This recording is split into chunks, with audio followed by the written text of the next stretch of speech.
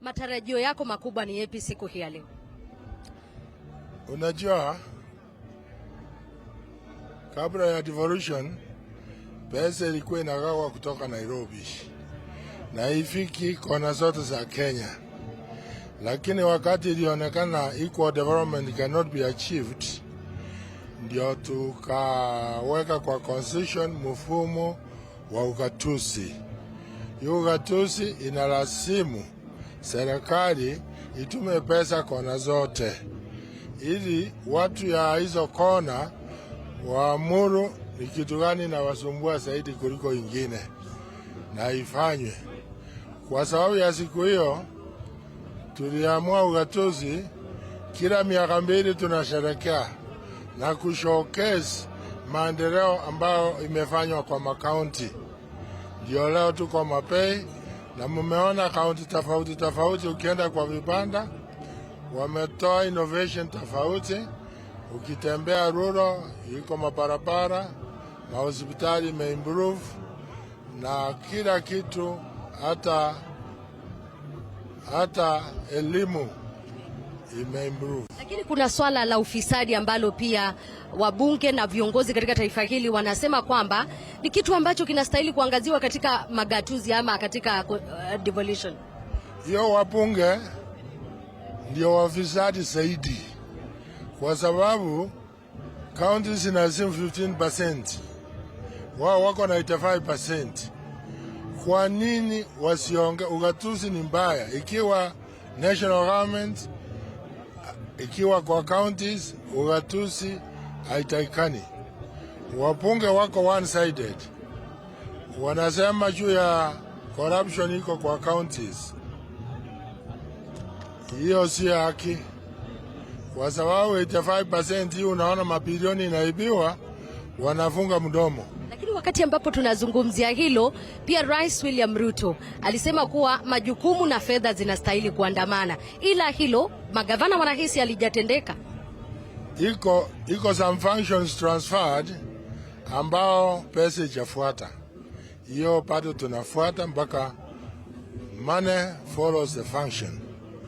Kwa hiyo corruption, kama mtu ni national government afungwe, kama mtu wa ugatuzi afungwe. Kwa hivyo tusije tukaremea 15%, tuache 85% ikikuliwa. Kunipa nafasi tutazungumza baadaye.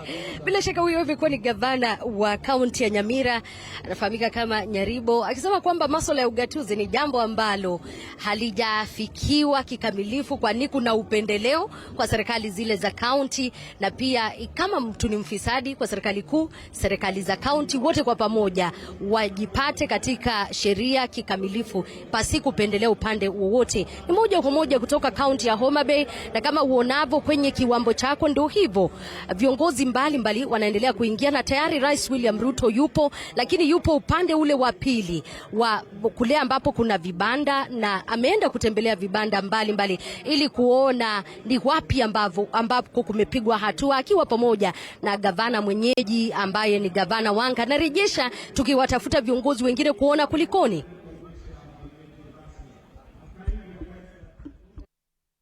Of us who have not settled down to please find our seats and take our seats. We still have very many people at the entrance. I will request that we kindly take our seats.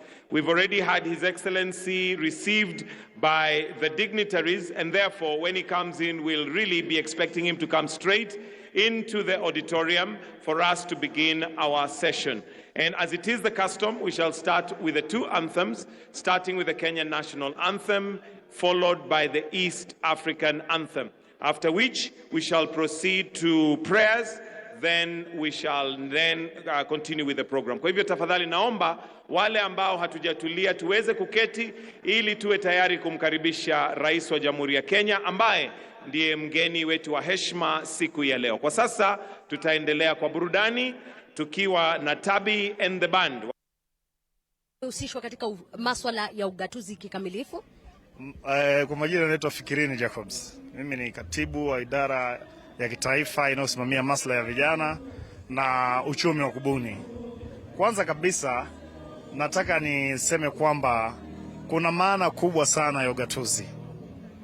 Maana ya ugatuzi ni kwamba kile kisima ambacho kilikuwa kinahudumia taifa zima, sasa hivi visima vidogo vya namna hiyo viko katika gatuzi ndogo 47. Mtu ambaye alikuwa anafaa kuchangiwa tiketi aje afuatilie maneno ya resource ya mahali kwake Nairobi, kwa sababu kulikuwa na centralization. Sasa hivi yuko na nafasi ya kutembea na mguu kufika county headquarters akafuatilia. Maana yake ni kwamba kama imeleta manufaa katika taifa kwa sababu ya decentralization ya resources, inamaanisha pia kwamba sasa vijana wamefikiwa. Na mfano wa kuonyesha kwamba angalau ajenda ya vijana imefikiwa ni kwamba ukiangalia katika kaunti zetu, katika serikali za gatuzi ziko na idara za vijana, ambayo wakati sisi tukipanga hapa juu pia wao wanapanga mikakati. So ni rahisi sana kushirikiana na wao kuwafikia vijana. Ndio maana mimi kama PS wa State Department ya Youth, mwezi uliopita nilikuwa na mkutano na mawaziri wote wa vijana katika gatuzi kuhakikisha kwamba tuna align program zetu, kwa sababu katika taifa la Kenya nasisitiza kwamba hakuna kijana wa serikali ya kitaifa na kijana wa serikali ya county. Vijana wote ni wamoja, vijana ni wa taifa la Kenya ambao wana haki ya kupata huduma. Umezungumzia kwamba vijana unahisi kwamba wamefikiwa na ugatuzi, lakini pia katika uongozi wa serikali za county unadhani wamepewa nafasi ambazo zinahitajika wakati ambapo tunasherehekea miaka 13 ya ugatuzi? Kuzungumzia masuala ya serikali za county, kusema kweli sitakuwa na uhakika sana. Naweza nikazungumzia mfano tu wa ile serikali ambayo nishaifanyia kazi, serikali ya county, ambayo nimeona vijana wengi wako katika decision making tables. Mimi mwenyewe nilikuwa director wa Governance Service Delivery Unit. Ile baada tu ya kutoka chuo kikuu niliingia kama director, na wengine wengi wako hapo, kwingine pia naamini wako. Nilipopatana na mawaziri wa county wale wanasimamia vijana, pia niliona sura za vijana wengi.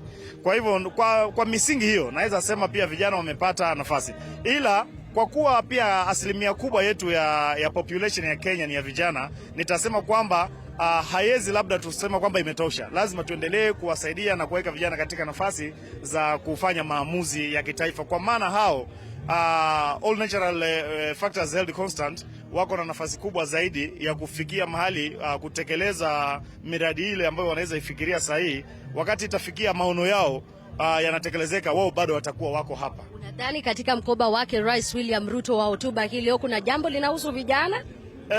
Fahamu kwamba huu ni mwezi wa vijana. Siku ya jana tumekuwa pale Kakamega kusherehekea siku ya kimataifa ya vijana, na Mheshimiwa Rais alizungumza, alitoa incentives kadhaa za vijana kuhusiana na maneno ya labor mobility, kuhusiana na maneno ya creative economy ama uchumi bunifu. Fahamu kwamba tuko na vijana wengi ni wabunifu sana, content creators ambao wamejiingiza katika sanaa na ubunifu. Pia vile vile akazungumzia maneno ya, tulitengeneza app kupitia State Department ya Youth ambayo Mheshimiwa Rais alizindua jana. Hii ni portal ambayo ni one stop shop ya kutafuta opportunities zote ziko katika serikali ya kitaifa. Labda sasa kile ambacho tungeweza tukutumia Devolution hii ni kusaidia kwamba tuweze ku-upscale ili angalau serikali za county pia zijijumuishe, ili angalau kuwe kuna mfuko wa serikali ya county katikati ya ile portal, iwe kijana wa pale anaweza kaangalia opportunity pia pale. Asante kunipa nafasi kuzungumza nawe. Nitakutafuta katika Mfahamu Kiongozi iwapo utaniruhusu. Asante sana mpenzi mtazamaji wa runinga ya TV47. Huyo ni Fikirini Jacobs, mmoja wa vijana ambao wana nafasi ya uongozi katika nafasi ya katibu katika Wizara ya Michezo na Sanaa humu nchini, akizungumzia masuala ya vijana, na anasema pia katika serikali gatuzi wamepata nafasi za uongozi, na pia anatumai kwamba katika hotuba ya Rais William Ruto vijana watahusishwa katika masuala ya ugatuzi. Kama tunavyosherehekea miaka hiyo, tutakuwa tukiendelea kuwatafuta viongozi mbalimbali kusikia kulikoni kuhusiana na masuala haya, wakati ambapo tunatarajia Rais William Ruto akitoka upande ule wa vibanda na kuja hapa moja kwa moja na hotuba yake. Watu wana matarajio makuu.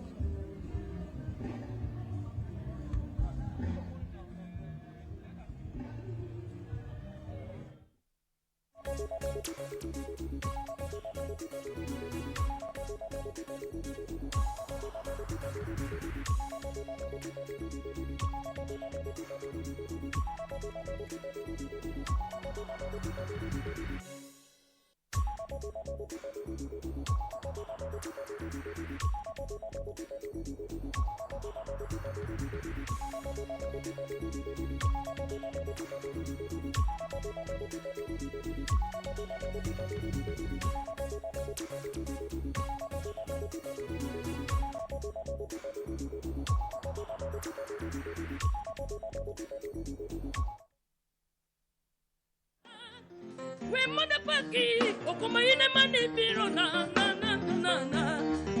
enu wodu jaru na machalo ge Yesu okane no machalo kodi Yesu jamuno ere machalo kodi watingi malo ere machalo kodi okayudo moro Jehova ere machalo kodi wapoinda lo duto ere machalo kodi ine mane makolweta malo yombe wapaki ndalo duto ere machalo kodi ayudo Jehova ere machalo kodi wapoinda lo duto wapoinda lo duto wapoinda lo duto Yesu wapoinda lo duto wapoinda lo duto tuna miela kidogo twende na manai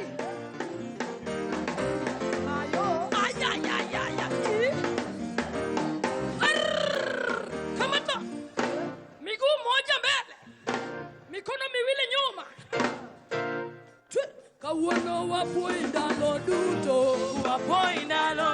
Yesu wapoinda lo duto Rabi watingi malamala wapoinda lo duto Yesu watingi malamala yo wapoinda lo duto Yesu wapoinda lo duto Yesu wapoinda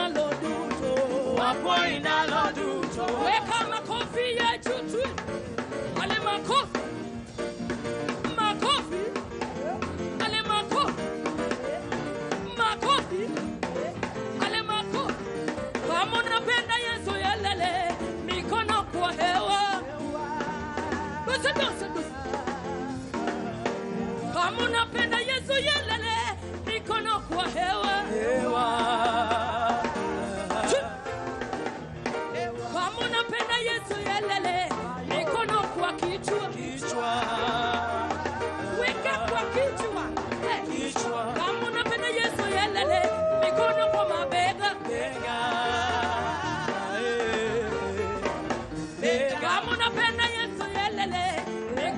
kwa tumbo.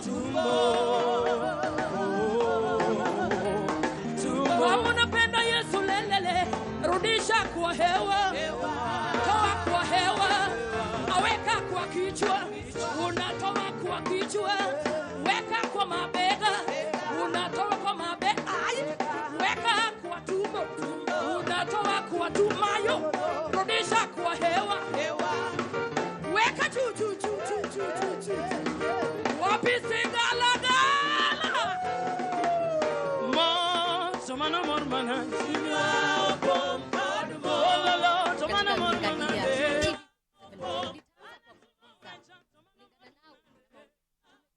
katika masuala ya ugatuzi katika miaka 12 ambayo imekuwepo.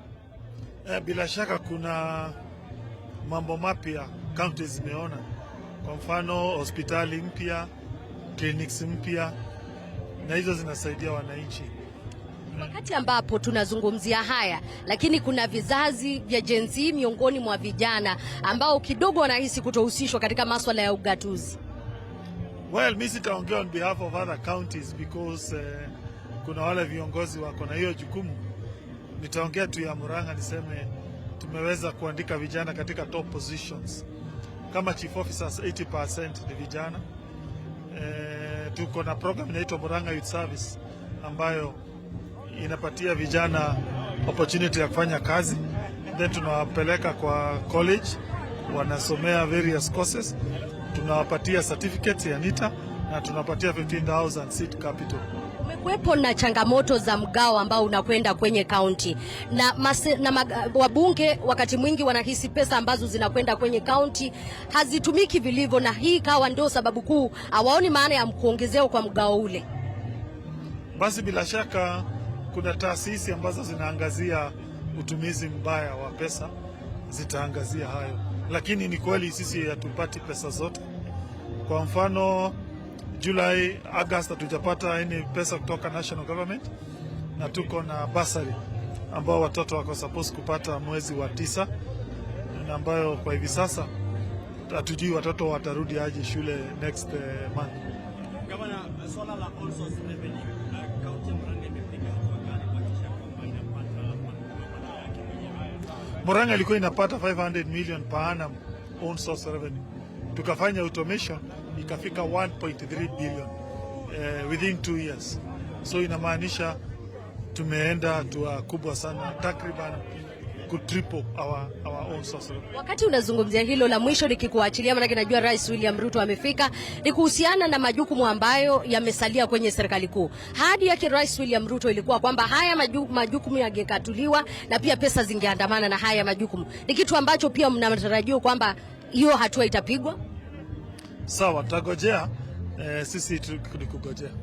Asante sana kunipa nafasi kuzungumza nawe, na bila shaka huyo mara tena ni gavana wa kaunti ya Murang'a Kang'ata, akisema kuwa kumekuwa na late disbursements kuhusiana na pesa ambazo zinakwenda kwenye counties, akisema kuwa hata pesa za mwezi wa 7 bado hazijafika, wakati ambapo Rais William Ruto anajitaja kuwa kinara mkuu na ambaye anashabikia masuala ya ugatuzi na pesa ambazo zinakwenda kule mashinani. Wakati mmoja alisema kuwa hana deni la county kwani tayari pesa zishakwenda, ila magavana pia wamekuwa wakilalamikia pesa ambazo zinabaki katika serikali kuu. Swala la ufisadi, wakati ambapo wanasikia masuala ya ufisadi wanasema keki kubwa ya kitaifa inabaki katika serikali ya kitaifa, na hili limebakia bado kuwa changamoto. Hiyo jana tumeona baadhi ya magavana wakisema haswa sekta ya afya inastahili kurejea kikamilifu katika serikali gatuzi. Tunaendelea kutafuta moja kwa moja kutoka kaunti hii ya Homa Bay viongozi ambao wanafika,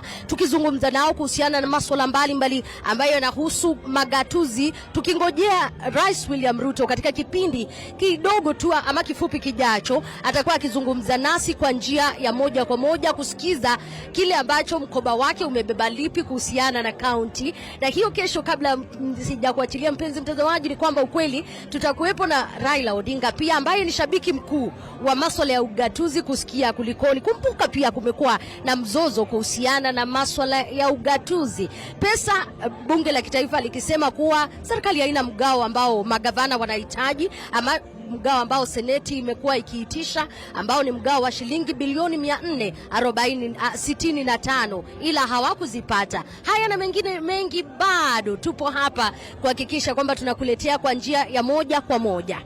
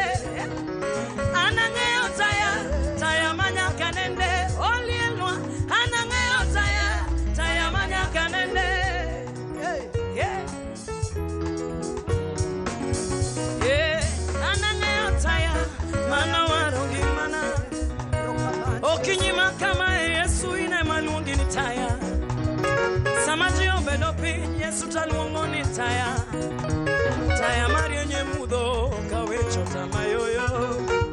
Taya mamenyo nayo sechete. Huyu Yesu ni mwanga. Asubuhi na mapema anabaki kuwa mwangaza. Hata nikiteleza bado anabaki kuwa Mungu. Ukiteleza atakuinua.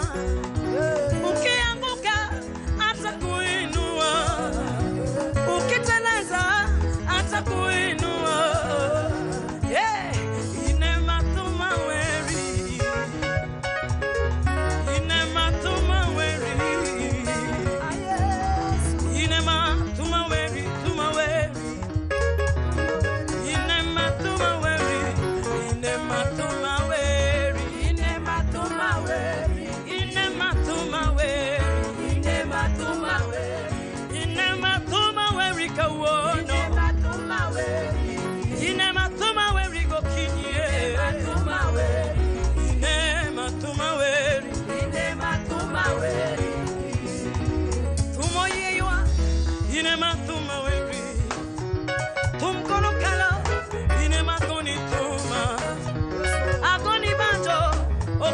Chalo kama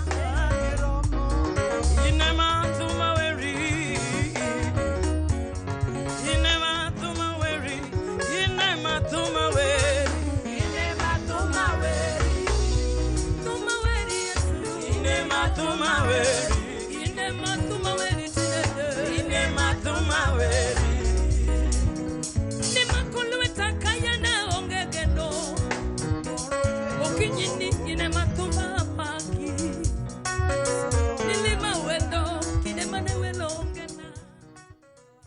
Mtazamaji, na ndizo picha za moja kwa moja kutoka kaunti hiyo ya Homa Bay.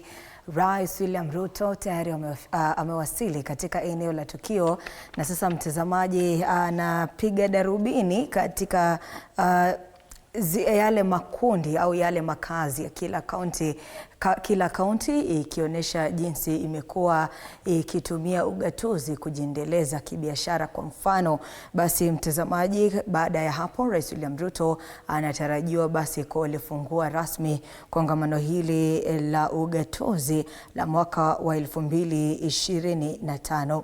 Mtazamaji, hivi unamwona Rais William Ruto akitembea au akizunguka kwenye kaunti hiyo ni katika yale makazi mbalimbali ya kaunti. Kama ilivyo ada na desturi ya kila wakati wa kongamano, basi kaunti huwa na cha kuonesha, labda wana nini cha kujivunia kutoka kaunti. Kwa mfano Nairobi, Makueni, Homa Bay tuliona kwamba ilikuwa ikijivunia uchumi wa baharini. Mtazamaji, kuna kaunti kama vile Makueni, kuna kaunti ya Machakos ambayo inajivunia kwa uchumi kwa kilimo cha maembe kwa mfano. Pia tuna kaunti za Embu, kaunti za Nyeri. Kila kaunti ina cha kuonesha na cha kujivunia kwa sababu au kujivunia ambacho wamekuwa kivuna katika kupitia uongozi huu wa ugatuzi. Basi mtazamaji, kama nilivyokuwa nimetaja hapo awali, wanahabari wetu wakiongozwa na Elizabeth Mutuku, Chichi Josephine Mike Gongo wako katika kaunti hii ili kutuchorea taswira kamili ya jinsi mambo yanatukia na kuchipuka katika kongamano hili la ugatuzi.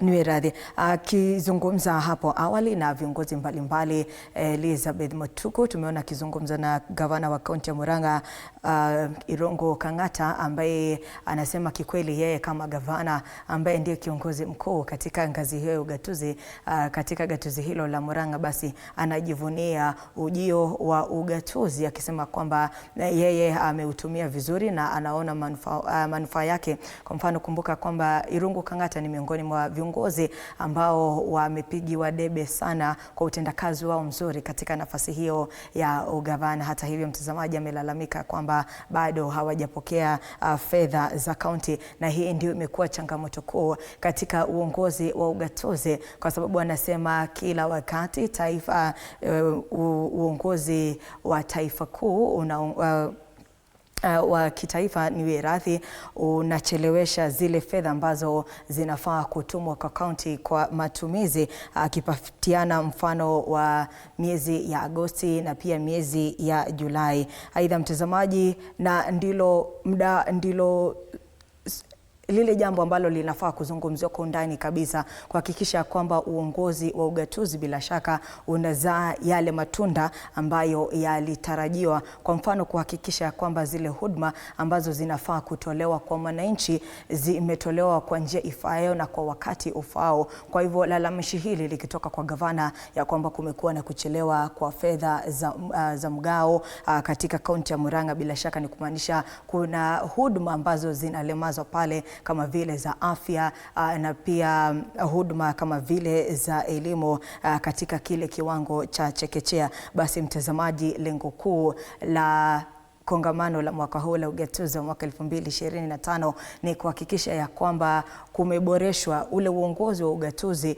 umeboreshwa katika ngozi ile, ni kuhakikisha kwamba kaunti au hizi gatuzi ni vitu bora vya kutoa huduma kwa wananchi kwa njia ya moja kwa moja. Basi Rais William Ruto atakuwa akitupatia mwelekeo ya jinsi gani tutaweza kufanikisha maono haya, kuhakikisha kwamba uongozi umefanikishwa kwa njia iliyo sawa na njia iliyofanisi katika ngazi za kaunti. Mtazamaji, aidha mtazamaji, ni kutajia ya kwamba hii ndio siku ya pili na siku ambayo kirasmi kongamano hili litafunguliwa, ili kuangazia swala hili kwa ndani. Kando na kuangazia masuala ya utawala, bila shaka kutakuwa na mazungumzo mengine kuhusiana na zile huduma ambazo zinafaa kutolewa na viongozi wa kaunti, kama vile ujenzi wa barabara, nani anafaa kufanya nini pale kwenye kaunti.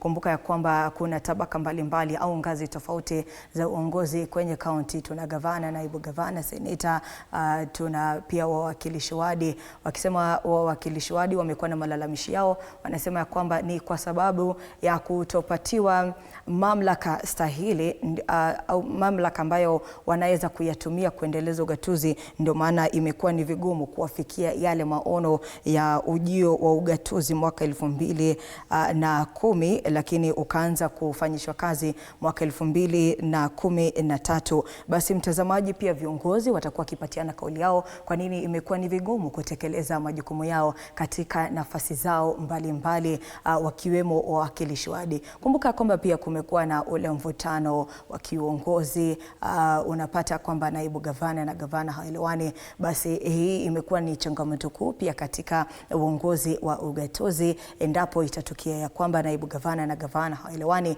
basi utoaji wa huduma unaanza kulemazwa katika kaunti hiyo. Kwa mfano kaunti ya Kisii, kaunti ya Meru, ambapo tumeshuhudia viongozi wawili wakibanduliwa kutoka kwa ofisi kipindi hichi chote ambacho kuna mazungumzo ya kumuondoa kiongozi fulani uongozini, basi muda unapotezwa na hela zinapotezwa. Pia ni swala sugu ambalo wadadisi na pia wataalamu wa masuala ya kisiasa walikuwa wanasema kwamba linafaa kuangaziwa kwa undani. Tuvuke huko moja kwa moja kidogo tu tusikie kinachoendelea kwa moja kwa moja.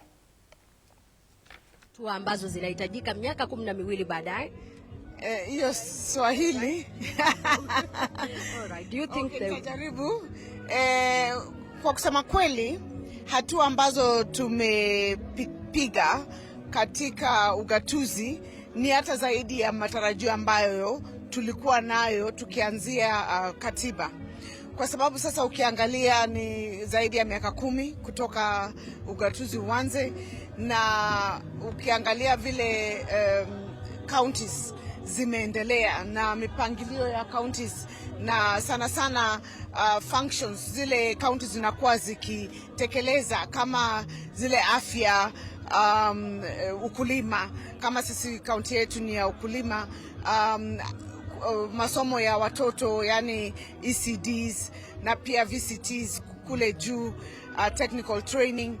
Ukiangalia upande wa fisheries, livestock, ukiangalia pia management ya county administration, yani maneno ya revenue na systems zile ambazo wameweka. Kitambo tulikuwa manyo, sasa karibu kaunti zote zimeenda digital na zinaokota pesa digital. Sasa ni kama kushindana, tunashindana nani anaokota pesa zaidi ya mwingine.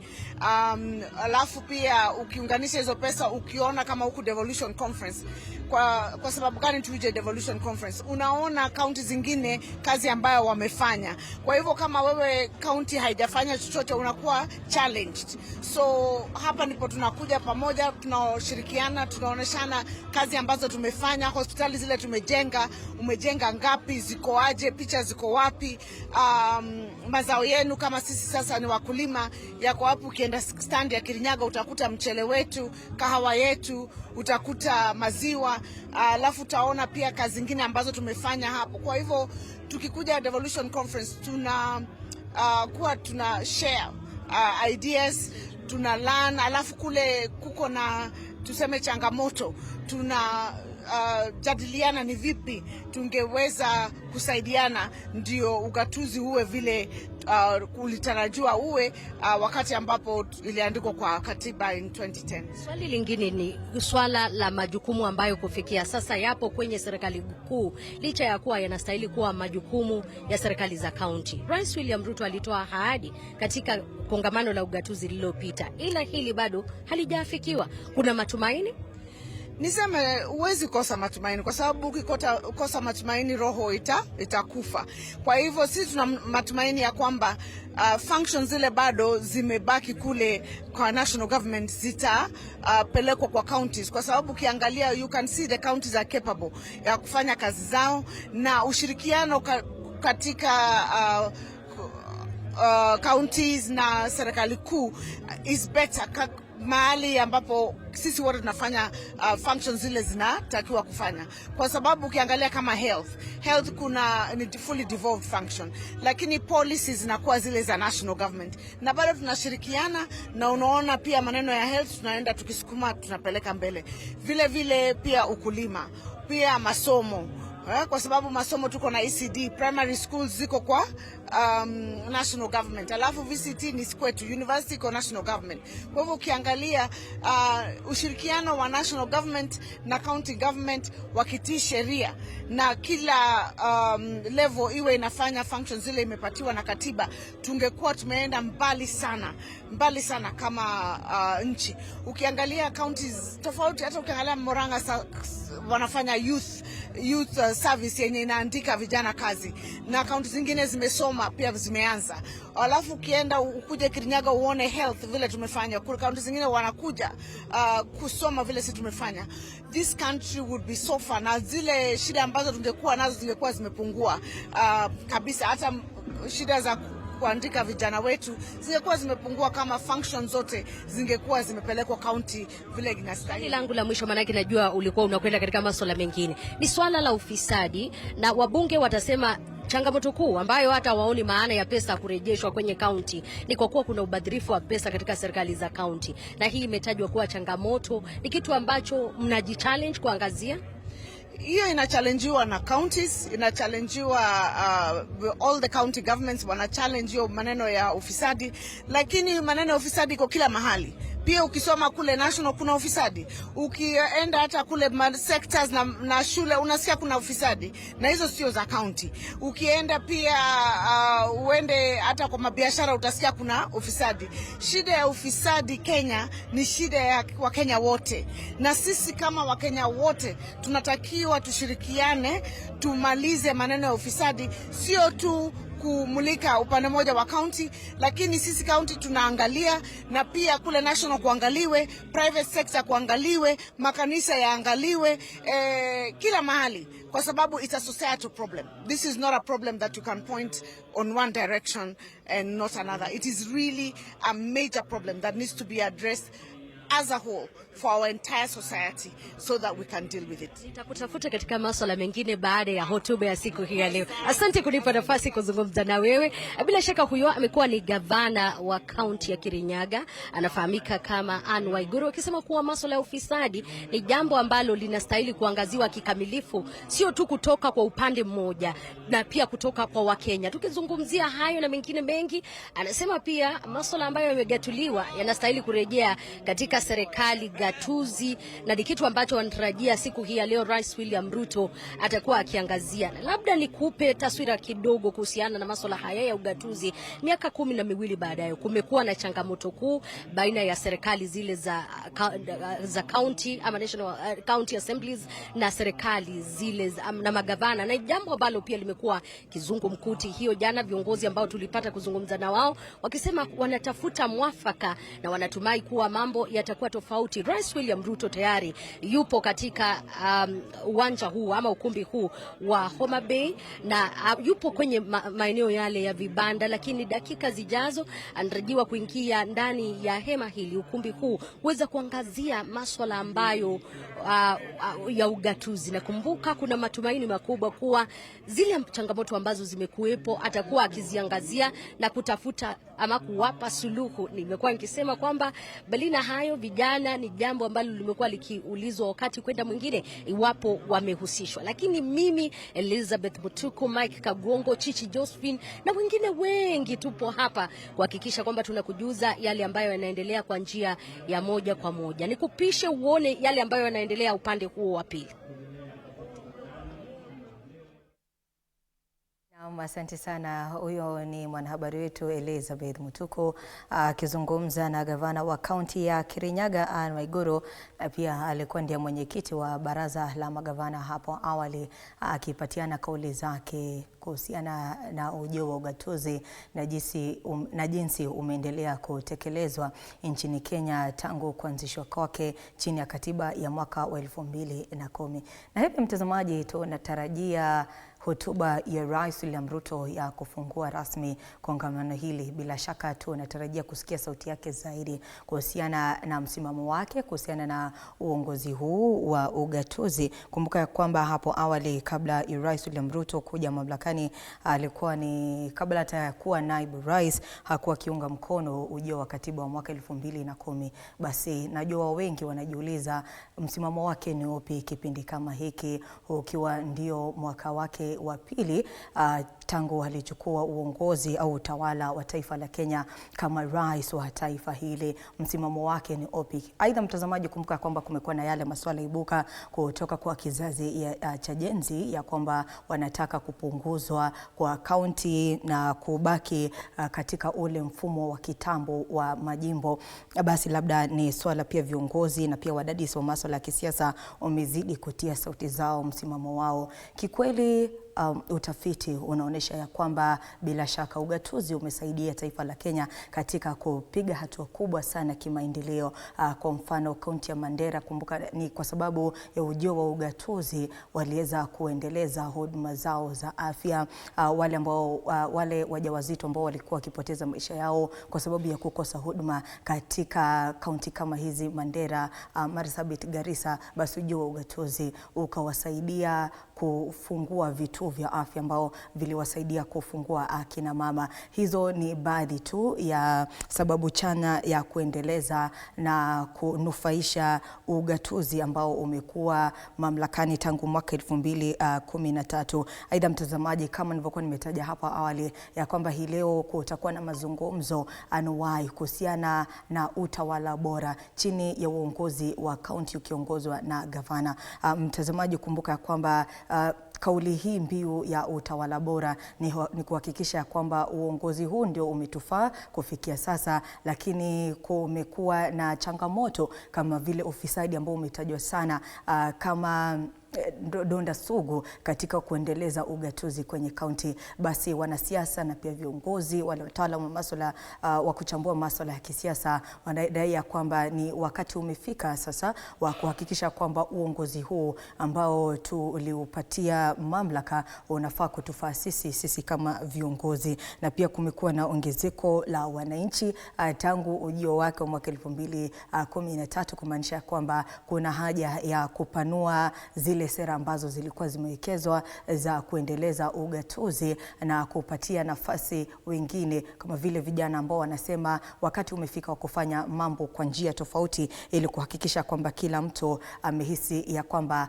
amehusisha. Kumbuka kwamba sababu kuu ya ujio wa ugatuzi ni kuhakikisha kwamba zile huduma kama vile elimu, afya, kilimo zimemfikia yule mwananchi wa mbali kabisa. Kwa mfano hizo kaunti zingine kama vile Machakos na Makueni ambazo zilikuwa zinahisa kwamba ziko mbali sana na uongozi, basi kupitia ujio wa ugatuzi nao wakapata nafasi ya kuwa upande wa uongozi ambao uko mamlakani. Rais William Ruto atakuwa akigusia ni kwa njia gani ambayo kuanzia sasa tuhakikisha kwamba uongozi wa ugatuzi umekuwa wa manufaa na bora katika kutoa huduma na umefaa makundi yote ambayo yamo nchini Kenya, ukianzia wazee, vijana, watu waishio na ulemavu, wale ambao wana mahitaji maalum, kuhakikisha kwamba uongozi huu wa ugatuzi umempatia kila mtu nafasi ya kusikika na nafasi ya kujiendeleza kimaisha. Hali kadhalika mtazamaji, ni kukumbusha kwamba kumekuwa na uzushi na maswala ibuka kuhusiana na uongozi kama nilivyokuwa nikitaja hapo awali kabla ya Elizabeth Mutuku kumpata gavana wa kaunti ya Kirinyaga Anne Waiguru, ni kuhusiana na ule mvutano wa kisiasa ambao umekuwa ukitokea chini ya ugatuzi. Basi wadadisi wa masuala ya kisiasa wakidokeza ya kwamba kuna haja labda ya kufanya urekebishaji fulani kwenye katiba. Ni maoni tu yao ya kwamba kunafaa kuwa na mchakato tofauti labda wa kumbandua mamlakani gavana, naibu gavana, kwa sababu ni kupitia ubanduaji huu au kuondolewa huku kwa mamlakani kumesababisha kaunti nyingine kusalia nyuma kimaendeleo. Nikapatiana mfano wa kaunti ya Meru, kaunti ya Kisii, kaunti ya Kiambu, ambapo ufisadi, matumizi mabaya ya ofisi yamekuwa yakitajwa kama sababu kuu za viongozi kuondolewa mamlakani, lakini kauli nyingine ni ya kwamba kisiasa hao viongozi wanakosa kuelewana, basi kunakosa ile political goodwill kama wanavyosema kwa kimombo, inakuwa ni vigumu basi kuendeleza uongozi na utoaji wa huduma kwa wananchi wa kaunti ile. Basi wataalamu wa masuala ya kisiasa wanadai ya kwamba labda kuna vile vipengee ambavyo vinapatiana ruhusa au idhini au mwelekeo wa kuondoa viongozi hao mamlakani unafaa uangalie kwa njia nyingine, ili kuhakikisha ya kwamba masuala ya kisiasa iwapo labda haumuungi mkono aliyepata uongozi akiwa ni gavana, inakuwa ni vigumu naibu gavana kufanya kazi na gavana. Ni swala ambalo wanasema linafaa kutiliwa manani. Aidha mtazamaji, sekta maalum za utawala zinazojadiliwa katika hafla ya leo ni kuhakikisha kwamba umma umeshirikishwa. Kumbuka kwamba ni katika uongozi wa kaunti kuna ushirikishwaji mkubwa sana wa umma. Kwa mfano kaunti ya Laikipia, iwapo wana mradi ambao wawekezaji wanataka kuendeleza ama kuwekeza pale, basi sauti ya umma kupitia uongozi wa kaunti unafaa kusikizwa na hisia zao kuchukuliwa na kutiliwa maanani, ili kuhakikisha kwamba wale wakazi wa kaunti ile wanahisi pia wamehusishwa na hawajafanywa tu jambo bila kuulizwa. Aidha mtazamaji, swala jingine ambalo litakuwa likiangaziwa kwa njia ya undani kabisa ni wajibikaji wa kijamii moja kwa moja. Pia mwananchi anashurutishwa au anahimizwa pia kuwajibika kama mwananchi chini ya uongozi wa ugatuzi, na pia kuna kukagua hisia na kauli na misimamo ya wananchi wa kaunti ile. Ni labda sekta zipi za kiuchumi ambazo zinafaa kupatiwa kipaumbele. Labda kaunti ya Nairobi kuna sekta za utalii, kuna sekta nyingine za kibiashara, labda uagizaji wa bidhaa kutoka mataifa ya kigeni, na pia labda kuna miradi ya maji, kuna miradi ya kilimo. Basi sisi kama wananchi kutoka kaunti hii, sauti zetu ni zipi, misimamo yetu ni kuhusiana na kaunti yetu kutilia maanani na kupatia kipaumbele miradi mbalimbali ya kimaendeleo katika taifa ile. Hili linamaanisha kwamba pindi tu mgao wa fedha utatoka kutoka serikali ya kitaifa, basi fedha zile zinafaa kuwekezwa katika ile sekta ambayo wananchi wa ile kaunti wamekubaliana. Aidha mtazamaji, kulikuwa na swala ibuka kuhusiana na elimu kwenye kaunti. Kumbuka kwamba kipindi hicho hakukuwa na elimu sana kabla ujio wa ugatuzi. Basi wakasema ujio wa ugatuzi utatusaidia kupanua elimu hadi kwenye kaunti. Aidha mtazamaji, pia ujio wa ugatuzi ulikuwa ukilenga kuleta uwazi na utawala wa sheria kwa wale viongozi ambao wako mamlakani. Wakenya walitaka kujua na kudadisi ni kwa jinsi gani yale matozo ya ushuru yanatumika katika kuendeleza taifa letu la Kenya. Aidha mtazamaji, kando na Rais William Ruto, pia kuna tarajio viongozi wengine wa kiheshima ambao watatoa kauli zao.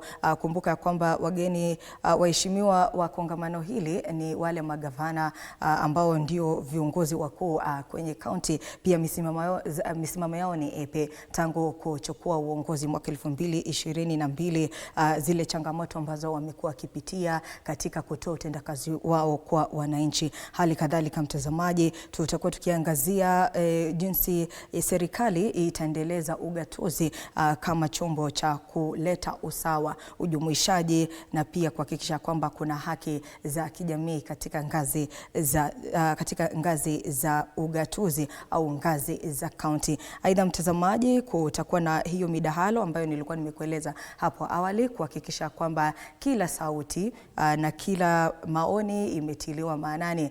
Pia baada ya uzinduzi wa kongamano hili rasmi kutoka kwa Rais William Ruto, basi kutakuwa na yale makundi ambayo yatakusanyika na kuwasilisha na kujadili miongoni mwao kuhusiana na jinsi ya kuleta utawala bora wa katika ngazi ya katika ngazi la ugatuzi. Hali kadhalika mtazamaji, kumekuwa na mapendekezo mengi kando na wale wadadisi wa masuala ya kisiasa na masuala ya uongozi. Kumekuwa na mapendekezo ya labda kufanya marekebisho katika katiba ya mwaka 2010. Tunatumai pia Rais William Ruto atagusia hili, jinsi ya kuendeleza uongozi kwenye kaunti. Turejee kidogo tusikie kinachoendelea katika kaunti ya Homa Bay.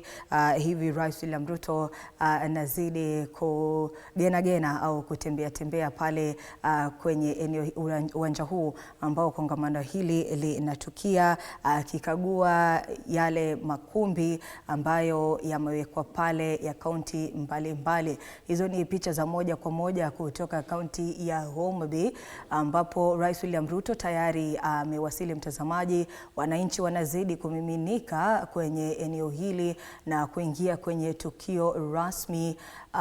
Kwenye tukio rasmi, namuona Rais William Ruto tayari amefika kwenye ukumbi mkuu. Picha uzionazo ni za moja kwa moja, kumaanisha kuanzia sasa dakika chache tu Rais William Ruto atakuwa akilifungua rasmi kongamano hili la ugatuzi la mwaka 2025. Wajumbe zaidi ya 11,000 tayari wamefika katika kongamano hili. Viongozi kutoka matabaka mbalimbali, magavana, naibu gavana tayari wamewasili pale. Tulimuona ambaye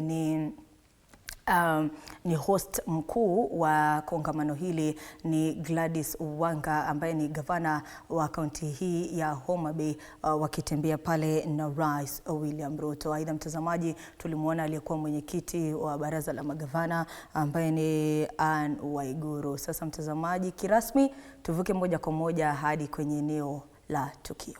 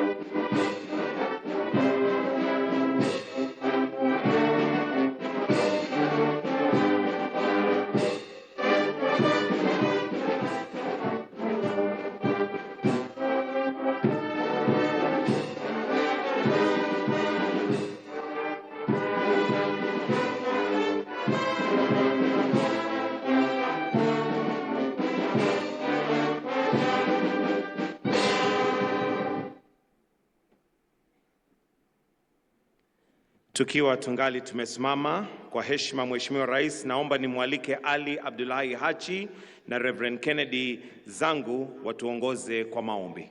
Karibu. Bismillahirrahmanirrahim. Naanza kwa jina la Mwenyezi Mungu mwingi wa rehema na mwenye kurehemu.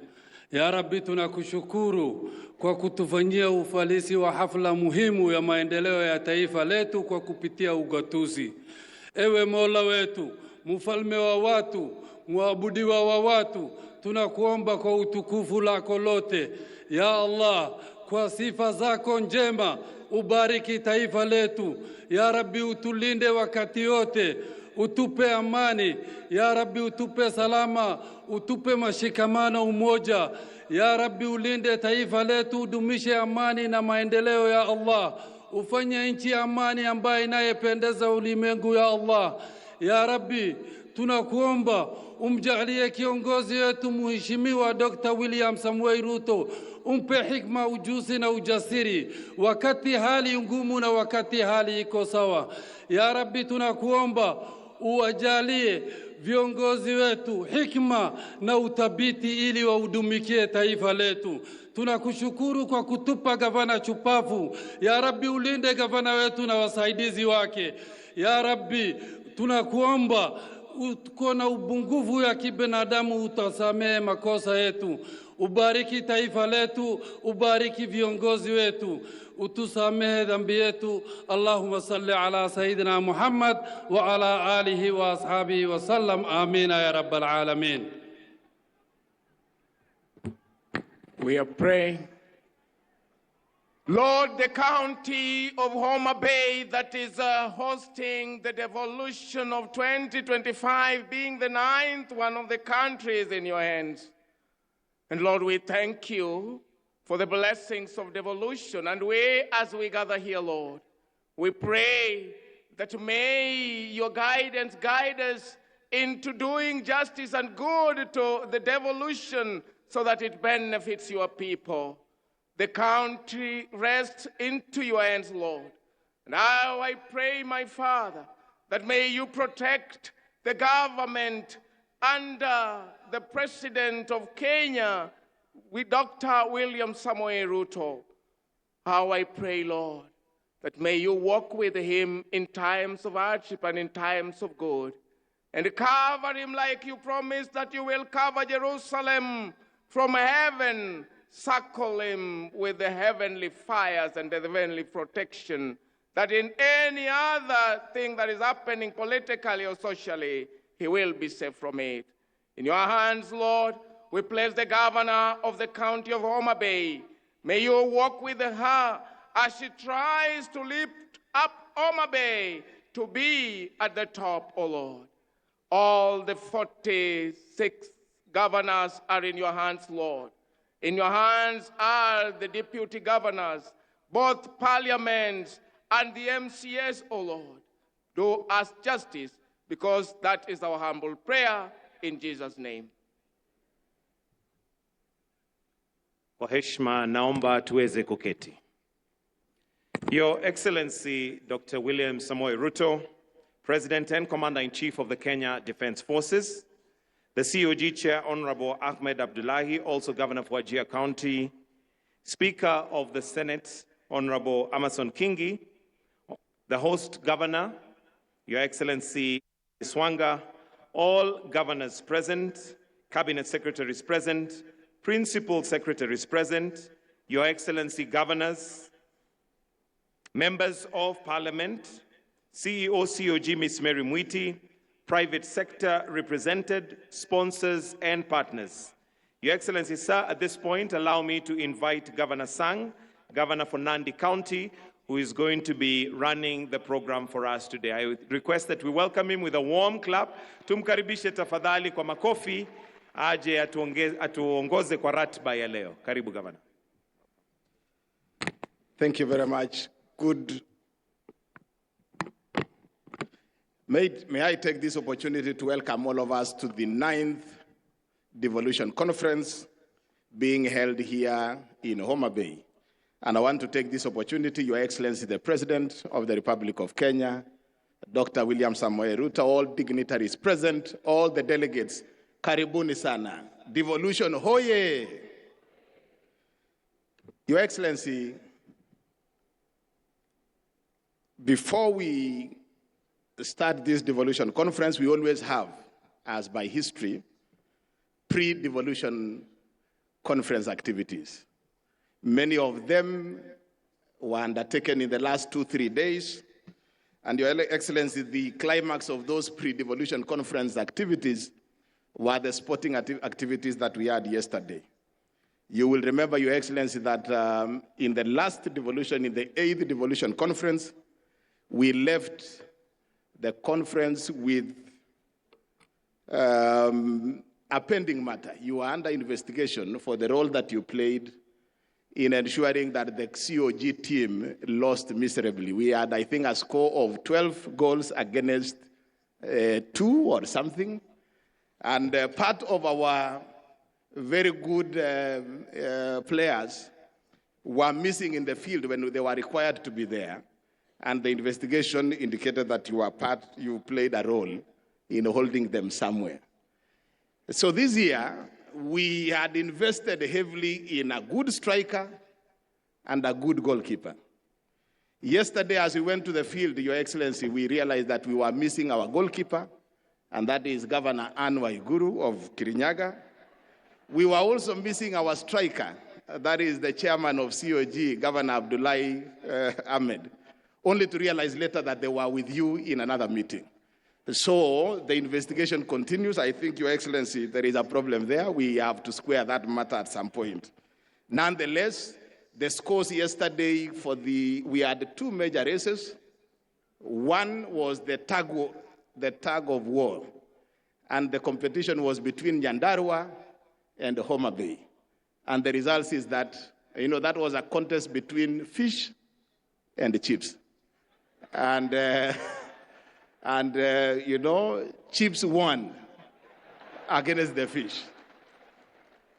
Again, in the football game, the Senate, and this time around they enlisted some of the professional players in the National Assembly.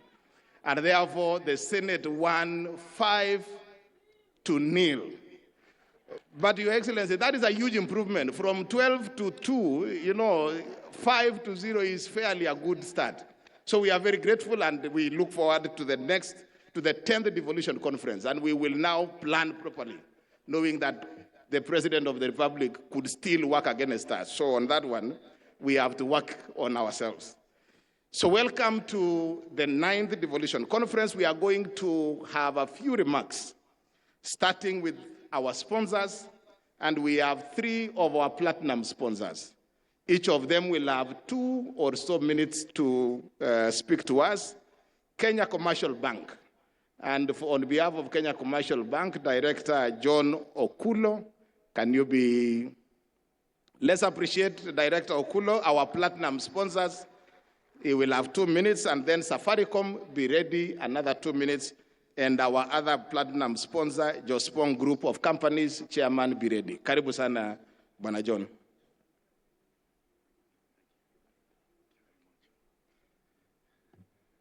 Your Excellency, Dr. William Samoei Ruto, President of the Republic of Kenya and Commander-in-Chief of the Defense Forces, please allow me to ride on the protocols already observed. Good morning to all the distinguished guests. I'm honored to join you today as we gather for the 2025 Devolution Conference here in this beautiful and vibrant Homa Bay County. But before I say a few words, I'd just like to pass very warm greetings from our Group CEO, Mr. Paul Ruto, who was unable to join us today due to an unavoidable official duty that had to take place in Nairobi this afternoon. He, however, extends his best wishes for a fruitful event.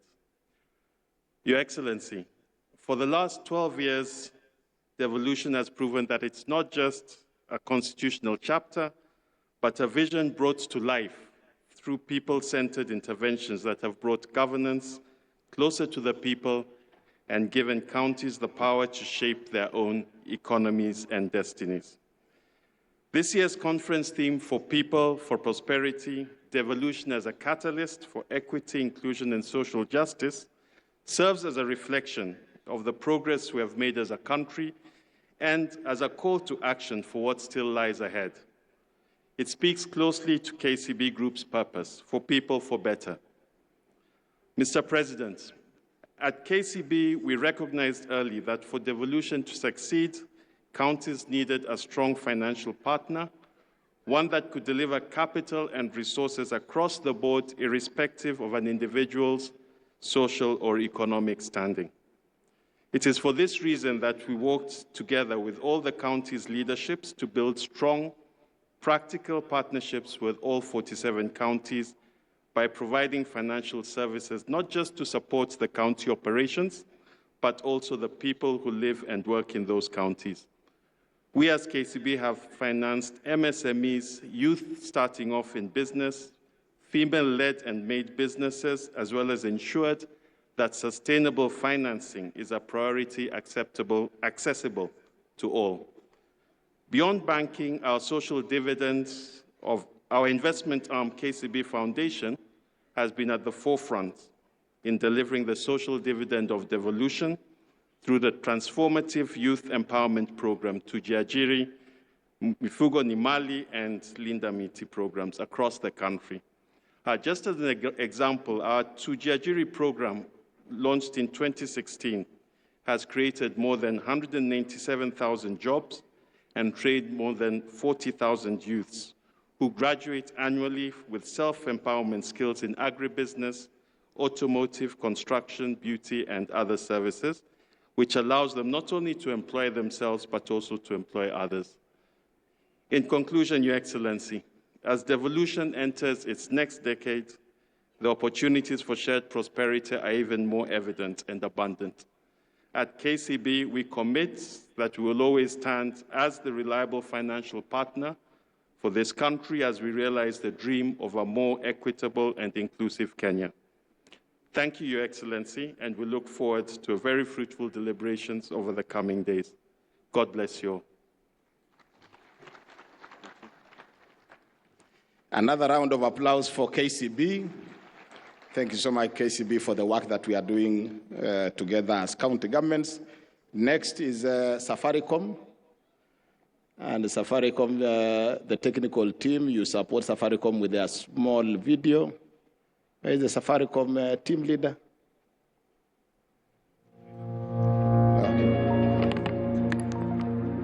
Take a look around you. From the vibrant stalls of our local markets to the bustling city streets, you see the true heart of Kenya. It is in the quick exchange of goods and greetings, in the shared laughter over a cup of chai, and in the quiet resolve of people working together for the fundamental right to build a better life. The heart of Kenya beats with the rhythm of Harambee, a powerful spirit of unity, self-reliance, and collective action. It's how our communities build schools, raise families, and drive our economy forward. It's the power of the group. From the smallest chama to the largest cooperative, groups are the backbone of our society. But for too long, their growth has been held back by manual processes and a lack of digital tools. This struggle is real. In Makueni County, the groundbreaking Tetheka Fund was established to empower residents who couldn't access loans from traditional banks. It was a lifeline, but its manual paper-based system became slow and inefficient, leading to defaults and a halt in lending. The dream was alive, but the system was failing. Makueni County, driven by its commitment to its people, refused to give up. They engaged Safaricom to help them re-engineer the fund, fix the system, and bring the fund back to life. Groups Connect is a digital hub. It is designed to meet the needs of every kind of group, from a small savings club to a large county-wide fund. It is a secure, user-friendly platform that digitizes everything about a group. Groups can create an identity and register their members and manage members' activities seamlessly. Group members can save together for short-term or long-term. Group members can access and manage their loans. Groups can invest together in various schemes, for example, ZD. Group members can administer emergency and social funds. Safaricom has been working closely with Makueni County over the past year to create a tailored solution that has slashed loan approval times from months to just 24 hours. Now, the Makueni County Empowerment Fund is back, digitized, efficient, and accountable. In Homa Bay, the county government is interested in Groups Connect to help it identify and organize its various groups in order to understand how to empower them. Today, Homa Bay County has no clear visibility into the groups operating across the region. And without its visibility, it becomes nearly impossible for the county to plan, support, or even partner with these groups in a meaningful way. But imagine if every group in Homa Bay was registered on Groups Connect. The county would finally have a full view of the landscape, allowing them to design better programs, deliver farm inputs, equipment, training, or even access to loans and capital directly to the groups that need them most. When we make the groups visible, we make the county viable.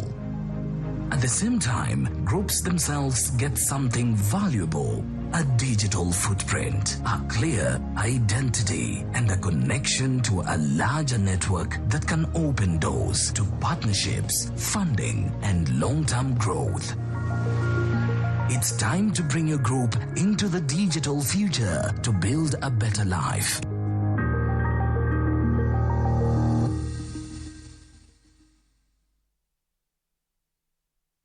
Let's appreciate Safaricom, our platinum sponsor.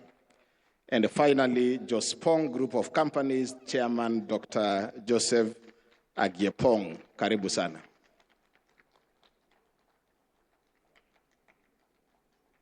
Karibu Bwana Chairman.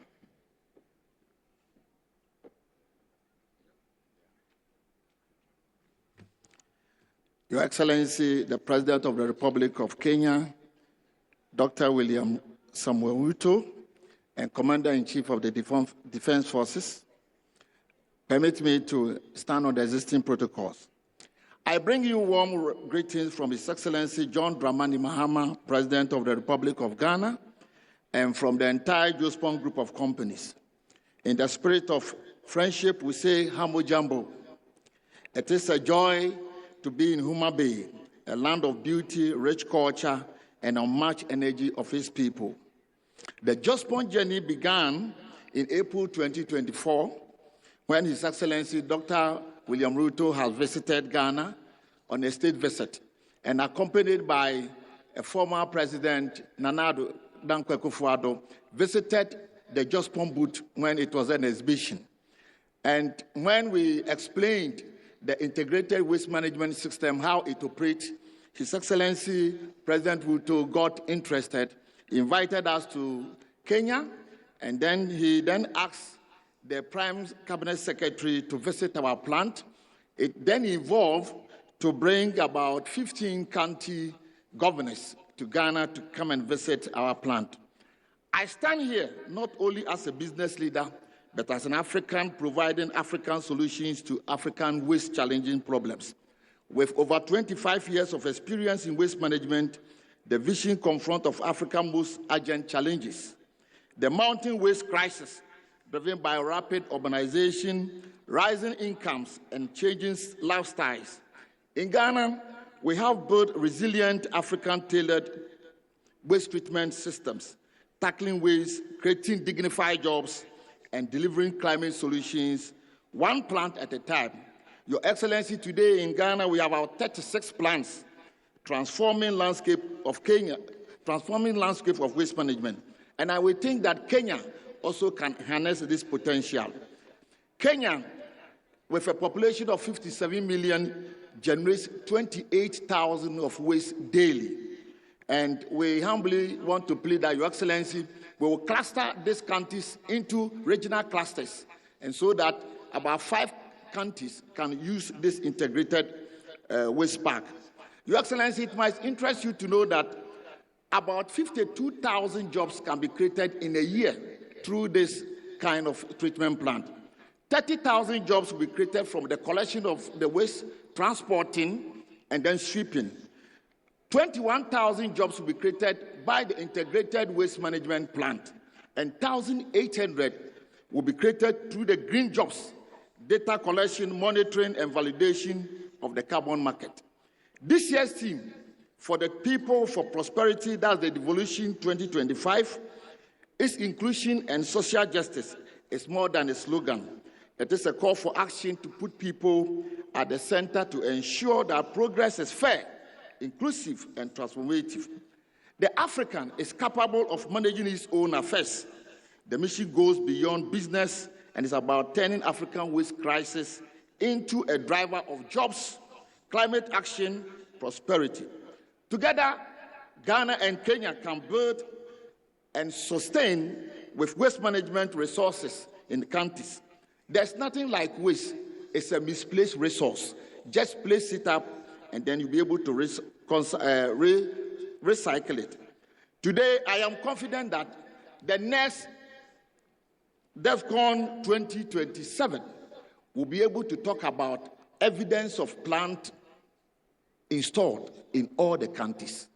Your Excellency, kindly humbly permit me to watch a 1-minute video of the glimpse of how the equipment operates. Asante sana. Thank you.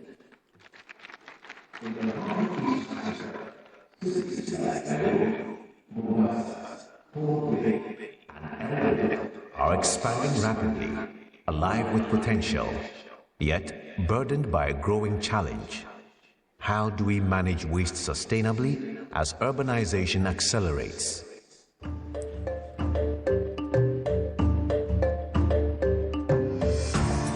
At the Jospong Group of companies, we have walked this path in Ghana. We have learned that real change begins on the ground. The trucks comes in there and then offload the waste onto the bin. The wheel loader goes in there and scoop the waste from the receiving bin and then push it through to the apron feeder. The material flows through the shredder or the terminator. Then from there, it's also moved into another conveyor which runs through into what we call the trammer screen. There are human intervention whereby they try to sort out all the other materials that we need in terms of segregation of the waste. Matured compost is bagged on site. This compost is excellent organic fertilizer for agriculture and horticulture. K-Cup can produce 3,000 bags of finished 50 kg compost daily. At the Plastics Recycling Center, the plastics undergo washing, shredding, extrusion, and pelletizing. The pellets are bagged and sold to plastics products manufacturers as raw material. Metals and paper are also further sorted by type and billed for customers in the metals and paper industries, respectively. This isn't just a plant. Behind these walls, we mine the black gold. We came here as team governors. Purposely is because we want to, manage our solid waste. We were saying there is no more waste in terms of solid waste management. We are turning it to value. The end result is not going to be something that is just county related. It is for every citizen, from your sewer problem that we have had to the waste problem that we have had, and most importantly, look at every single crisis that you have and how can you convert it into an opportunity. You convert an opportunity by creating jobs, by using the byproducts that are going to be coming up. Today, with humility and hope, we bring those lessons, those systems, and that commitment to Kenya. Your Excellency, with our recycling and compost plant technology tailored for the African environment, we are setting up composting and recycling plants that recover up to 80% of municipal solid waste.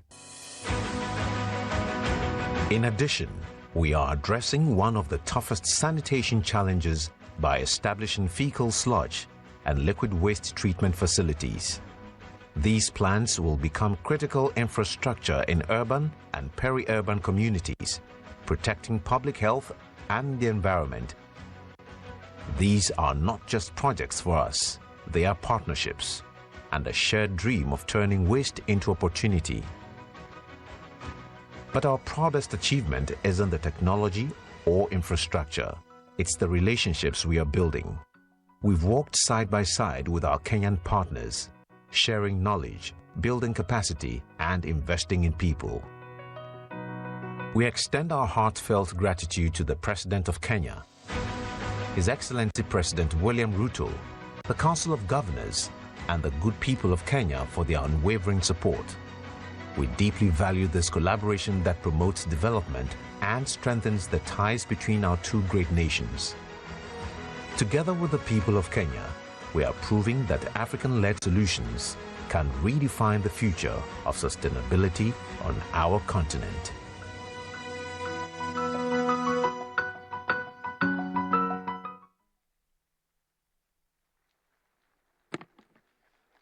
Thank you very much, Jospong, an African solution to an African problem. Thank you very much. Now let me invite Ambassador Sebastian Groth, the Ambassador of Federal Republic of Germany to Kenya, and who also sits in as the co-chairperson of the Devolution Donor Working Group. Karibu sana, Balozi.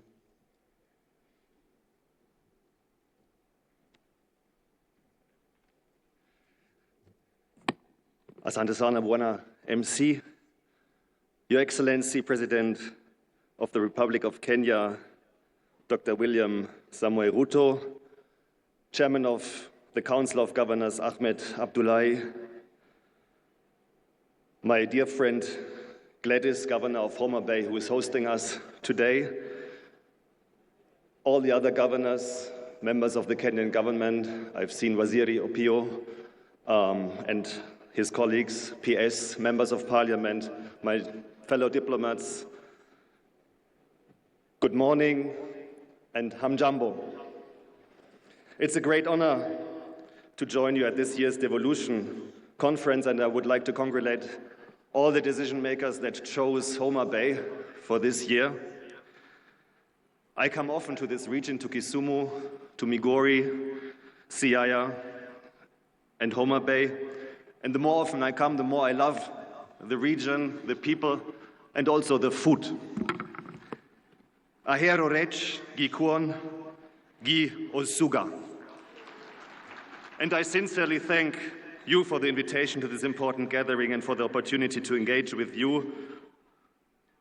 It is my deep belief that the counties, the governors, the MCAs, the local administrations are the real champions of Kenya's devolved system of governance.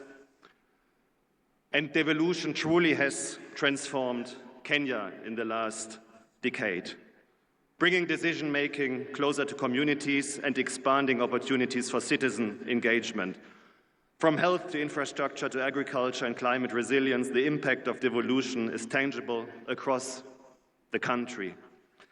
As development partners, we commend county governors and county assemblies for your leadership in advancing this transformative agenda. We also salute the Council of Governors and the State Department for Devolution, the Office of the Deputy President, for its vital role in fostering coordination among counties and the national government. The Devolution Conference is the central platform for recommitment to deepen and further develop devolution. And I think the theme of this year's gathering, For the People, for Prosperity, Devolution is a catalyst for equity, inclusion, and social justice, powerfully captures what is at stake. After more than a decade of institution building, time has come to focus on devolution's ultimate purpose, improving the lives of the citizens of the wananchi of this beautiful country of Kenya. And we have seen in the last month and 1.5 years the importance of listening to the voices of these wananchis, especially the young people who are invested in the future of their country, and creating meaningful spaces for engagement and responsiveness, including and especially on the county level, remains essential to building trust and strengthening democratic governance. Germany, through our technical cooperation agency, GIZ and KfW, is pleased to co-chair the Devolution Donor Working Group together with UNDP. And as development partners in the devolution space, we, the Devolution Donor Working Group, we would like to highlight a number of critical areas to the further success of the devolution. Firstly, as partners, we are convinced that the timely transfer of funds from the national to county governments is essential. Reliable resource flows are essential for counties to effectively deliver on their mandates and meet citizens' expectations. And I can tell you from the German experience that we know that this is not a very easy task. We have very rich regions like Bavaria and poorer ones in the northeast of the country, and every year there's a struggle for resources because in our constitution we have an obligation to equilibrate the conditions of living in the whole country, but of course you give from the one and take from the one and give it to the others is always a very complex discussion, and also on the level of the federal government to the 16 regions that we have in Germany. But still it is essential for federalism or for devolution and decentralization. Secondly, we encourage increased efforts to generate own resource revenue with counties. Strengthening revenue collection systems is key to meeting development needs and reducing dependency on national allocations. And during the tour of the booth, we have seen very impressive technological advances that make it easier for the counties also to tap into these resources. Thirdly, we emphasize the importance of strengthening public financial management, transparency and accountability. Responsible resource use is fundamental to delivering concrete results. And finally, we underline the need for meaningful public participation, especially by women, youth and persons with disabilities. Their voices must be heard and included to ensure truly inclusive and responsive governance. Be assured, governors, MCAs, National Government of Kenya, Your Excellency the President, of our cooperation and our willingness in pursuing these important priorities. Our commitment to supporting devolution and deepening this partnership with the counties is strong. For Germany, devolution is one of our development cooperation priority areas. We are active in basically all the counties with different initiatives. One of them is a very important one. It's called FLOCA. It should strengthen the climate resilience on the local level, and I will visit some of these projects tomorrow in Kisumu County. To conclude, let me thank you once again for this important gathering. We enter now 3 days of discussion and reflection. But let us remember, devolution is not an event. Devolution is a continuous process. It is about strengthening institutions that deliver and that respond to citizens' needs, and about upholding a genuine partnership also between government and the people, and between government and counties and the development partners. It is in this process that I wish all attendees a successful and inspiring Devolution Conference 2025. Be assured that the partners remain committed. We will travel this journey together, and I'm very much looking forward to our cooperation. Thank you very much. Asanteni sana, ero kamano.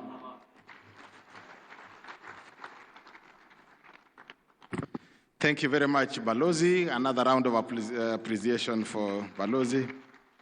Your Excellency, county assemblies play a very critical role in the devolution family, and I now want to invite the chairperson of the County Assemblies Forum, CAF, Honorable Seth Mwatela, to come and make his remarks, but also recognize the County Assemblies members present. Karibu sana, Bwana Speaker.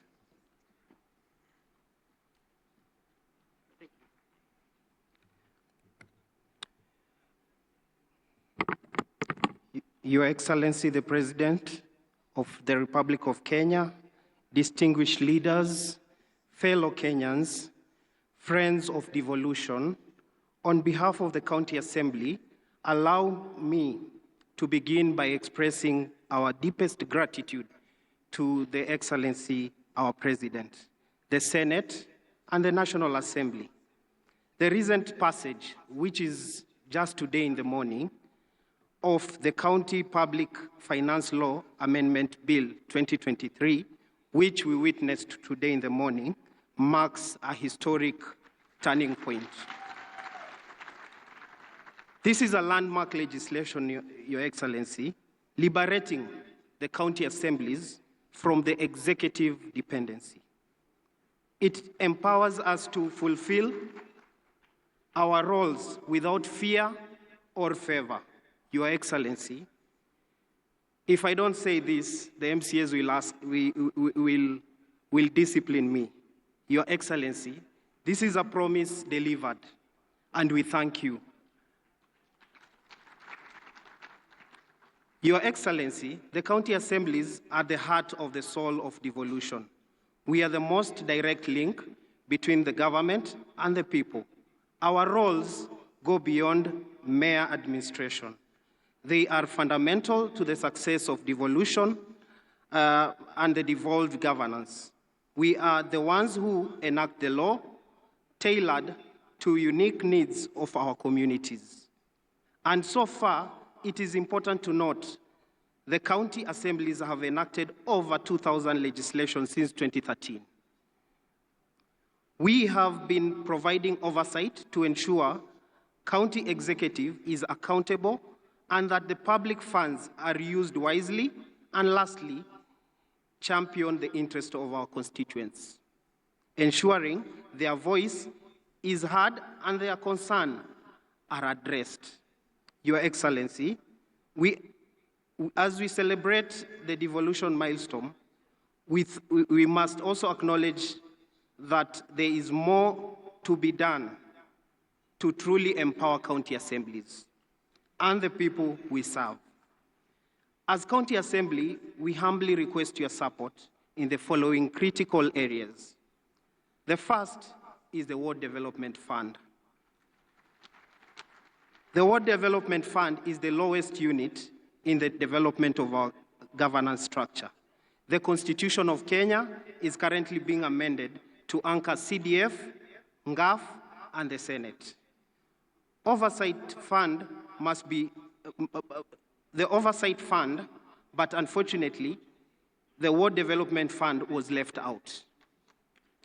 We therefore request your support, together with the Senate and the National Assembly, to support so that we can secure the Ward Development Fund in the same amendment bill to ensure similar treatment is also accorded to the MCAs, just as the national legislators. This is not about us. It is not about us. It is about giving the MCAs the tool to address the development needs that at the ward level, ensuring that no community is left behind at the corners of this country. Your Honor, Our Excellency, the second is the pension for the MCAs. The work of an MCA is demanding, often taking a significant personal role.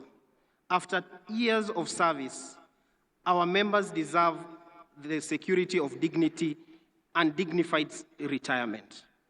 We appeal for your support in providing a comprehensive pension for the MCAs. The current legislation that has been forwarded to the National Assembly by the Senate does not address the pension needs of our members. Lastly, is to improve the remuneration of our members. We have engaged severally the SRC on many occasions and even developed a job evaluation for our members as agreed in March 2024. Our grading has never been done to reflect our job. We remain at the same level since inception of devolution, while other state officers, both at the county and the national level, have moved substantially. We therefore ask for your intervention to secure our remuneration commensurate to our constitutional duties. Your Excellency, distinguished guests, ladies and gentlemen, as we deliberate in the devolution conference, let us be bold in our resolution by reaffirming our commitment to oversight, accountability, and financial independence, not as mere aspiration, but as fundamental pillars of our democracy. The strength of devolution lies in strong independence and well-resourced counties. I want to stop there.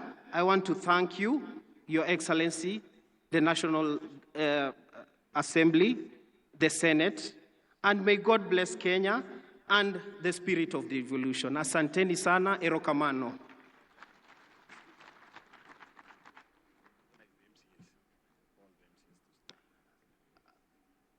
Honorable members, I want to recognize all the honorable members from all the county assemblies.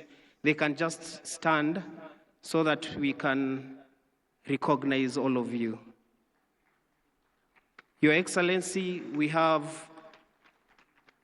I can assure you, we have 47 members from the county assemblies represented herein. We thank you and asante sana. Thank you. Let's appreciate the chairman of CAF. I now want to invite the Principal Secretary in State Department of Devolution, Michael Lenasalon, to come and make his remarks. Karibu sana Bwana PS.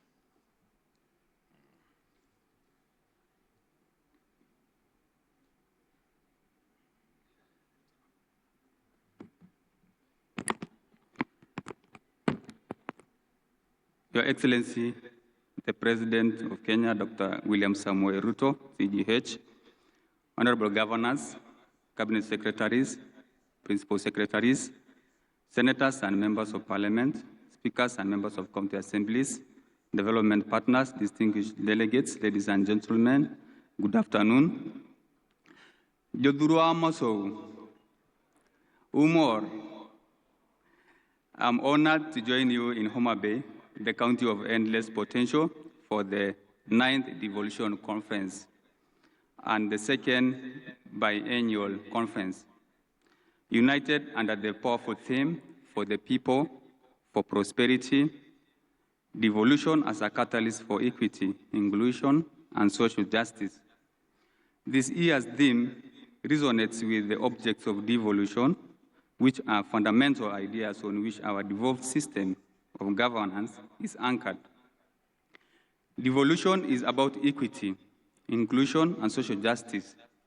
It is about ensuring that no Kenyan is left behind, regardless of their geographic location, gender, ethnicity, disability, status, or socio-economic background. Since inception, devolution has transformed our governance landscape. It has brought public services closer to the people, accelerated development at the grassroots level, especially for initially marginalized communities, and provided opportunities for participatory governance. Yet, as our sub-theme challenges us, we must now re-engineer county governments to go further. That means to innovate, collaborate, and dismantle the stubborn socio-economic divide that persists. This way, the potential of county governments shall be fully harnessed.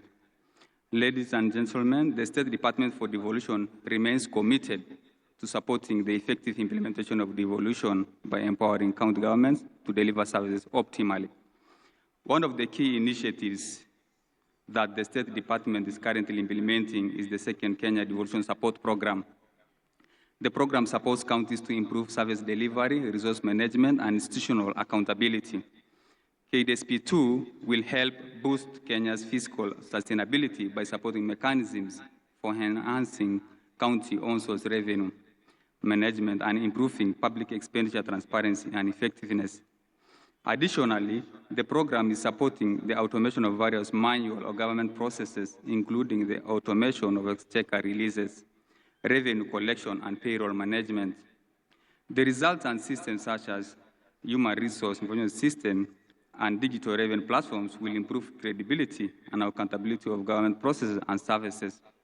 The manual processes have historically caused inefficiencies, translating to mismanagement of resources. KDSP2 will establish a performance management culture in counties.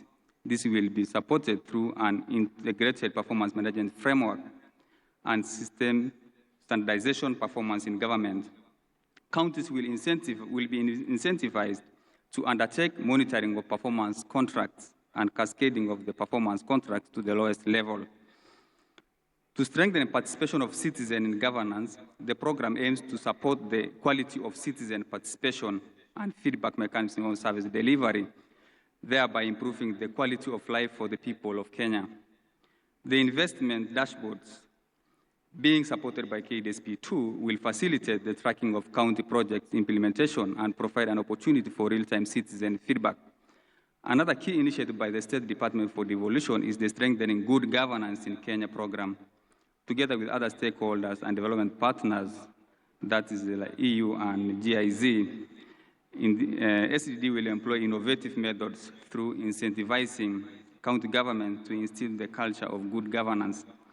Central to good governance is performance management, which must be rooted in credible evidence that guides county planning, priority setting, and decision-making. Through this program, standards and norms that are critical to harmonization of service delivery across the devolved units will be established. Since citizens are the center of performance management, this program is supporting civic education to empower them in oversighting the government in service delivery. Additionally, the crucial role the county assemblies play in oversight, ensuring that resources are used as intended, will be strengthened by building their capacity in budget scrutiny. Ladies and gentlemen, the full potential of devolution calls for reimagining and rethinking governance through opportunities that are available all there with the advancement of technology. Firstly, I will list some of them: embedding performance culture, institutionalizing performance management across county operations, and linking budget execution directly to service delivery outcomes. Secondly, creating climate-smart cities, utilizing satellite monitoring for urban planning compliance.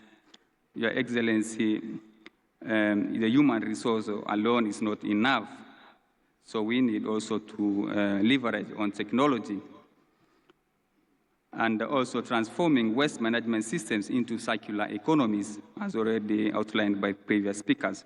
Scaling wetland and river restoration, like the model, Nairobi River model, which is on track and very effective.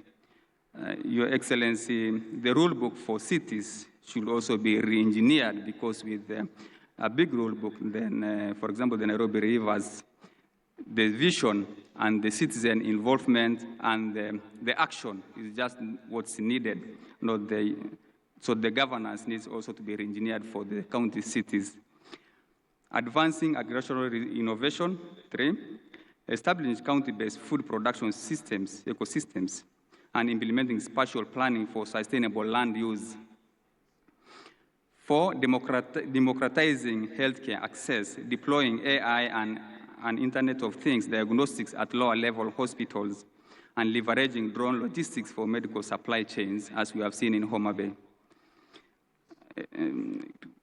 Realizing this collective vision requires creating frameworks for county innovation funds, facilitating public-private co-creation platforms, and strengthening citizen engagement through open governance tools. This conversation continues with enhancing coordination of national devolution programs, peer learning, and multi-stakeholder technical support frameworks for the people, for prosperity, and for collective future.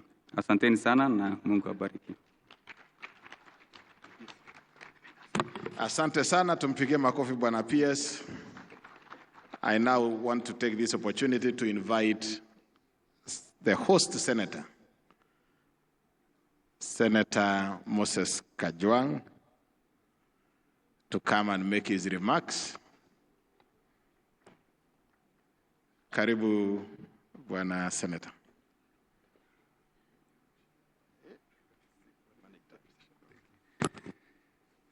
Your Excellency, the President of the Republic of Kenya, the Speaker of the Senate, Excellency Governors and Deputy Governors, Members of Parliament, my colleagues from the Senate, Members of County Assembly, distinguished ladies and gentlemen, I have a big and beautiful speech here, but I will request that I table it so that it forms part of the records of this devolution conference. And then I will utilize this opportunity just to welcome you to Homa Bay County with great pride, with great pleasure, with great privilege. 3 years ago, you would never have imagined that Homa Bay could host a devolution conference. Indeed, it's almost exactly 3 years ago since Gladys Wanga was elected the governor. And when we sat in that hall waiting for the results to come, we said, by the way, one day we could host a devolution conference. And I thought it would happen in her 2-term, not in her 1-term. And it has come sooner, earlier than we expected. And this morning, when I was going through the Bible, I reflected on an interesting conversation between Nathaniel and Philip. It is in the book of John. Philip tells Nathaniel that a good thing has happened in Nazareth. And Nathaniel, being the cynic, asks, what good can come out of Nazareth? And Philip responds, come and see. What good can come out of Homa Bay?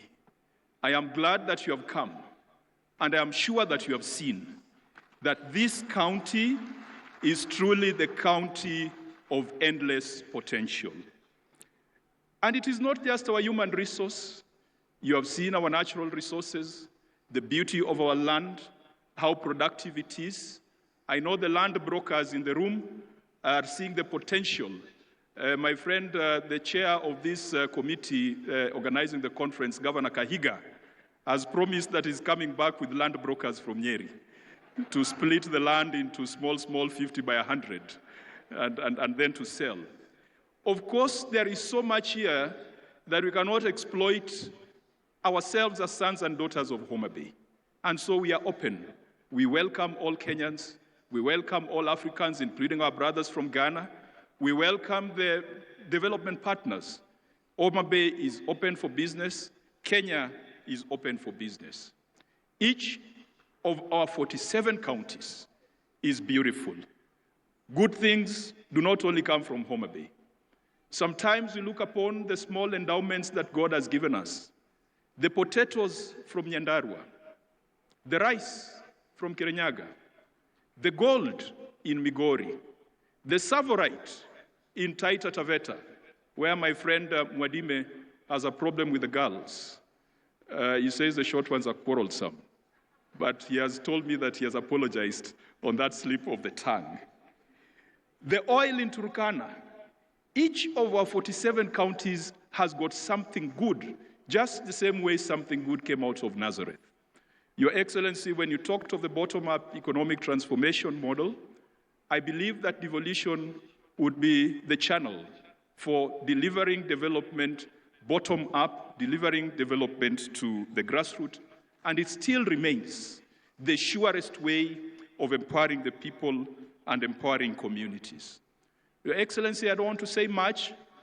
The Speaker of the Senate is present and will make the formal presentation and will also introduce the senators present because he's the head of the institution. The Governor of Homa Bay is present and she will also introduce and acknowledge all the leaders who have come from Homa Bay County. All the elected members of Parliament, National Assembly and Senate from Homa Bay are here. We have given Governor Gladys Wanga full, unlimited and unconditional support. And that is why she has been able to host Madaraka Day and host Devolution Conference with so much success. Allow me to apologize if there has been any indiscretion, if there's been anywhere or in any way we have fallen short of your expectation. I apologize on behalf of the people of Homa Bay. For a long time, this county, this region, has been the black sheep of the family called Kenya. Past governments have looked at this region, have looked at this county with the cynicism of Nathaniel, and they've always asked, what good can come from Nyanza? What good can come from the people of Homa Bay? And what good can come from the people of Luoland? Perhaps I might not tell them to come and see, but I will tell them to wait and see. Because President Ruto, you have made it your business to come and find out the good in this region.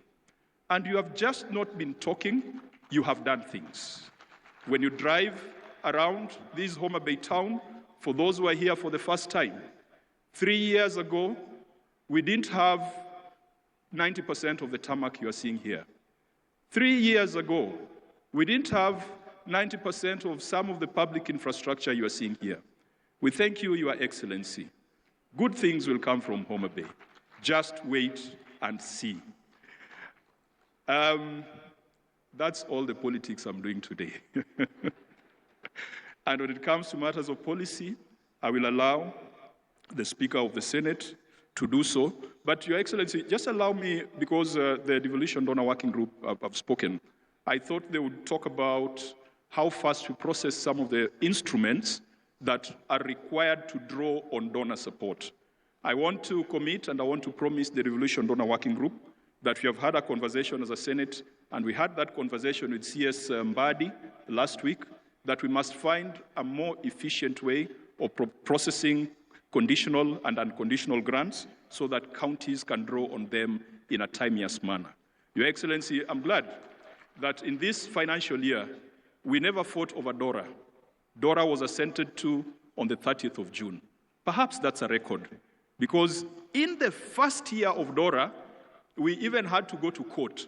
This gentleman here called Sang is the one who led us to court, and it was very contentious.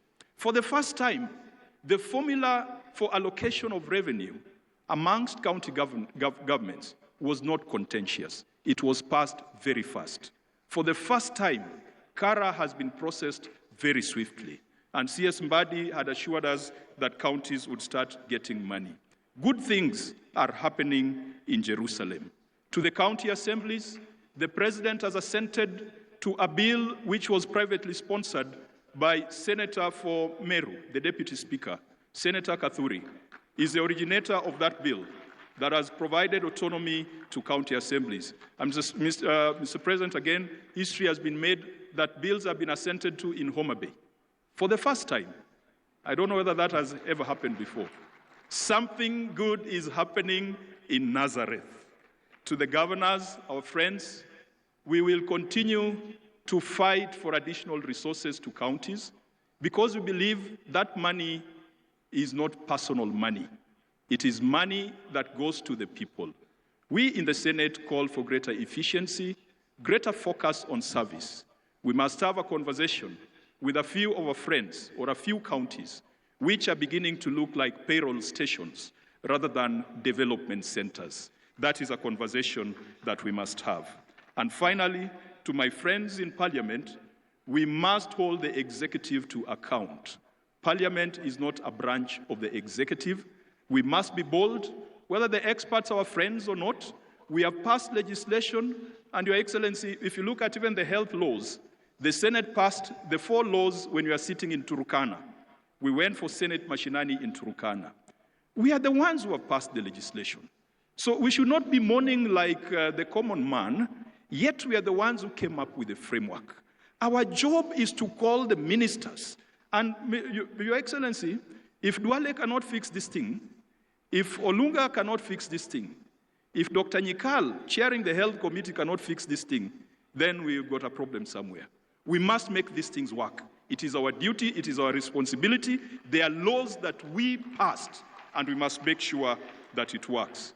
To the Council of Governors, I can also promise you a proper thrashing at the next Devolution conference. May God be with you, and may you enjoy, and it's a thrashing in football. It's in football, let me qualify that. And may you enjoy the beauty and the warmth of Homa Bay County. Thank you. Another round of applause for Senator Kajwang, one of the most popular senators among governors.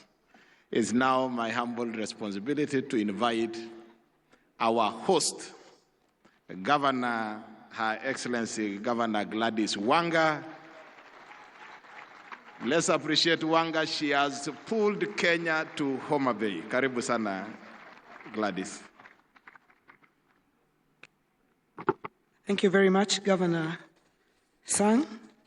Your Excellency, President of the Republic of Kenya, Excellency Dr. William Samoei Ruto, the Speaker of the Senate, Honorable Amason Jaffa Kingi, the governors present, led by the Chair of the Council of Governors, His Excellency FCPA Ahmed Abdullahi, the Vice Chair, His Excellency Mutai Kahiga, members of Parliament, Senate and the National Assembly present, Cabinet Secretaries and Principal Secretaries, members of the Judiciary, Constitutional Commissions and Independent Officers present, Deputy Governors, County Executive Committee members, members of county assemblies and speakers, members of the Diplomatic Corps, development partners, private sector, academia and civil society, my one and only first gentleman there, Mr. Wanga, distinguished guests, ladies and gentlemen, God is good. I'm really delighted to welcome you all to Homa Bay.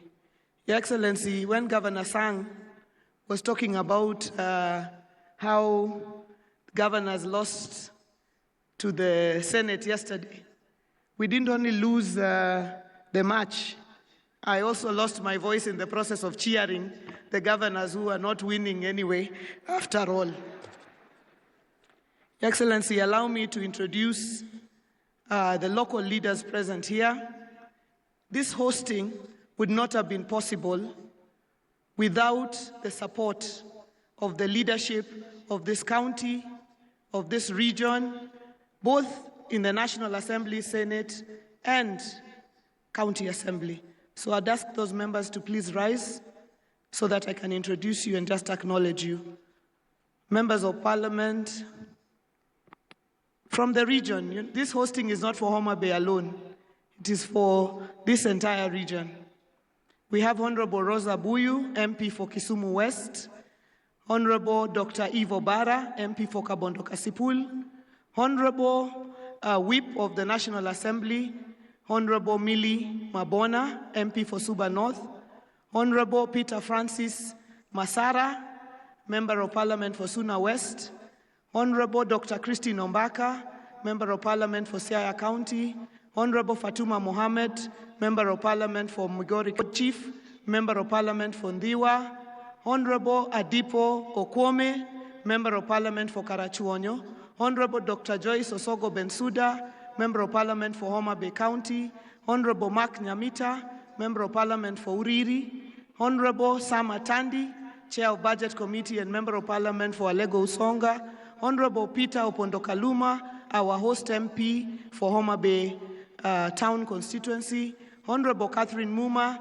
Senator nominated from Kisumu County, Honorable Senator Eddie Okech, Senator for Migori County, Honorable Senator for Homa Bay, who has spoken, Senator Kajwang, Honorable Dr. Lilian Gogo, Member of Parliament for Rangwe. Thank you very much.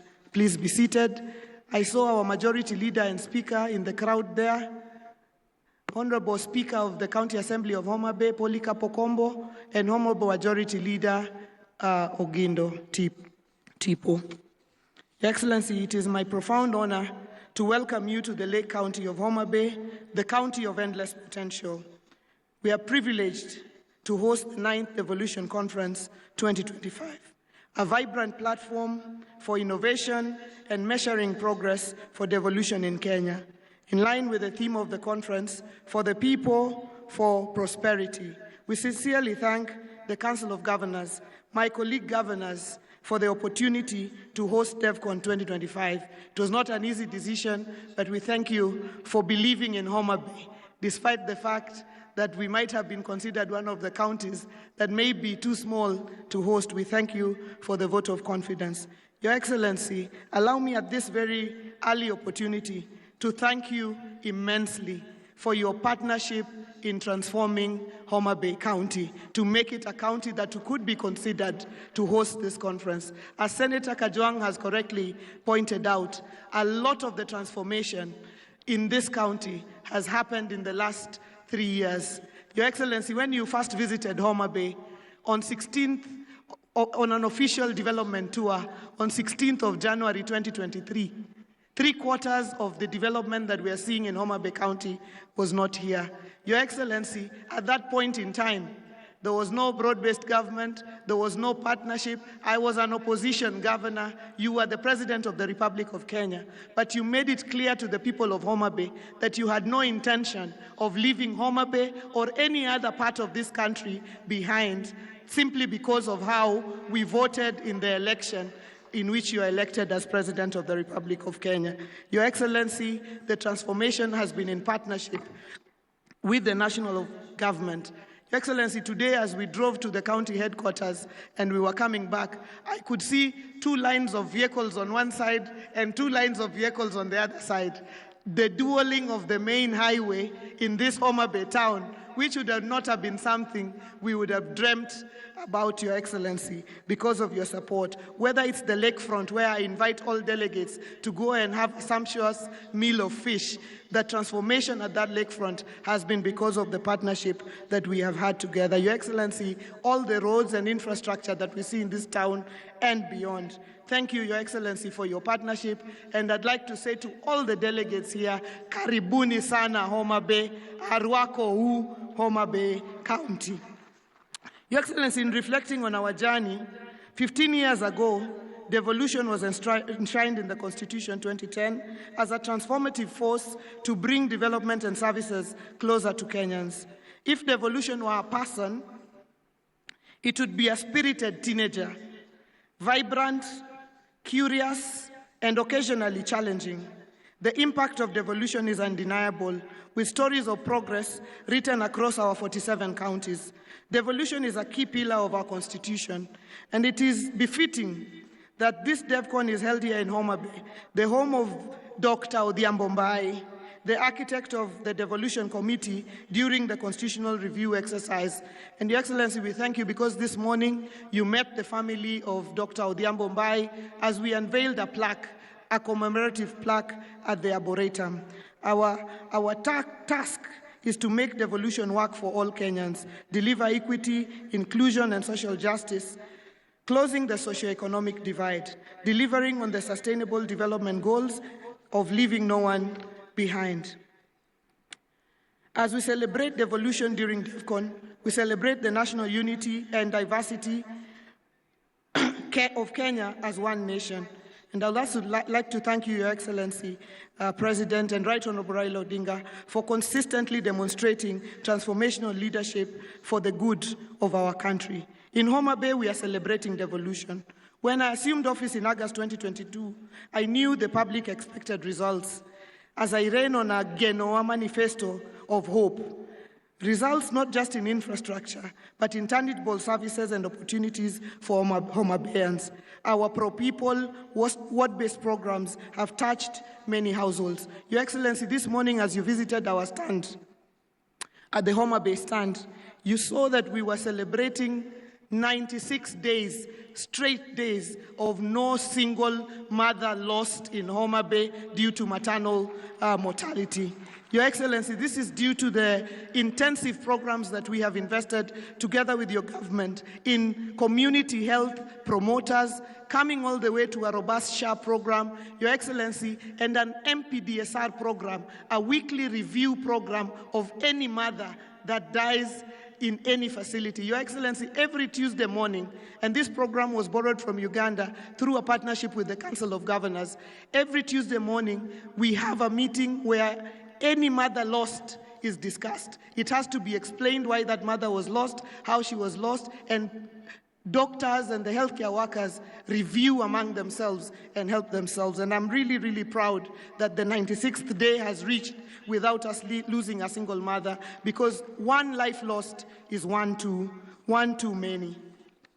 Your Excellency, we have used our on-source revenue that we grew by over 700% to about 859 million in the financial year 2022-2023, and over 1 billion in 2023-2024, and a high of 1.7 billion in 2024-2025 to fund critical services. We are constructing a 5-story accident and emergency block at the Level 5 hospital at the Homa Bay County Teaching and Referral Hospital, set to be operational by year end, reducing referral times and improving trauma care. We are addressing infant and maternal mortality, as I've mentioned, and combating the triple threat of GBV, HIV, and teenage pregnancies. Your Excellency, you recently signed, Your Excellency, devolved funds are insufficient to realize our county visions.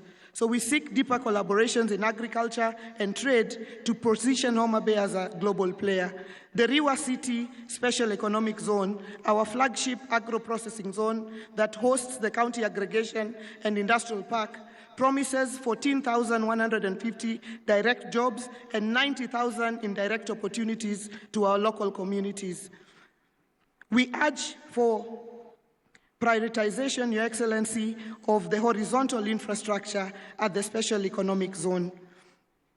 Our key value chains, Your Excellency, in Homa Bay include fish, cotton, edible oils, sunflower, millet, sugar, sweet potatoes, pineapples, and livestock and groundnuts. We are pushing our value chains up, and we have seen the growth of production in leaps and bounds in the last 2 years. Your Excellency, you recently signed the Economic Partnership Agreement for Trade with the European Union. With CAIPs and improved productivity of the agricultural value chains, we can enhance the trade volumes. Kenya is trading far lower volumes compared to countries like South Africa. The answer lies in 50-50 sharing of the agriculture funds. The national government charged with policy making should take 50%, leaving 50% to counties to revolutionize agriculture for food security, agro-processing, trade, job creation, and enhancing farmers' incomes, thus fighting poverty. Your Excellency, we need to worry about powering investments and industries like the Riwa Special Economic Zone. The nuclear power project to be implemented in Siaya will be a game changer for the entire region and country. It is expected to supply reliable, affordable, and sustainable power for economic growth. We support the nuclear power project's full implementation for the future of the whole region. Nuclear power will support our agro-processing agenda, powering investments and industries that we need for job creation. Your Excellency, distinguished guests, Homa Bay is a model of devolution's potential. Let me share on 3 critical success factors for our county. One is the unity of purpose for the county leadership. You heard the Senator saying that we all work together as a team to move our county forward. Second is support of the county assembly. And third is the secret of partnerships, from the national government to development partners, to the private sector, to the civil society. We are a county of partnerships, and we thank all our partners, many of them present here today. The story of Homa Bay is the story of devolution. A little-known county, Mwisho wa Lami, is hosting DevCon. This is the story of each of our 47 counties, and this is the story that we want for Kenya as we engage in the next few days of the conference. My apologies, Your Excellency, and have to punish the governors who are not playing too well and made me cheer too hard.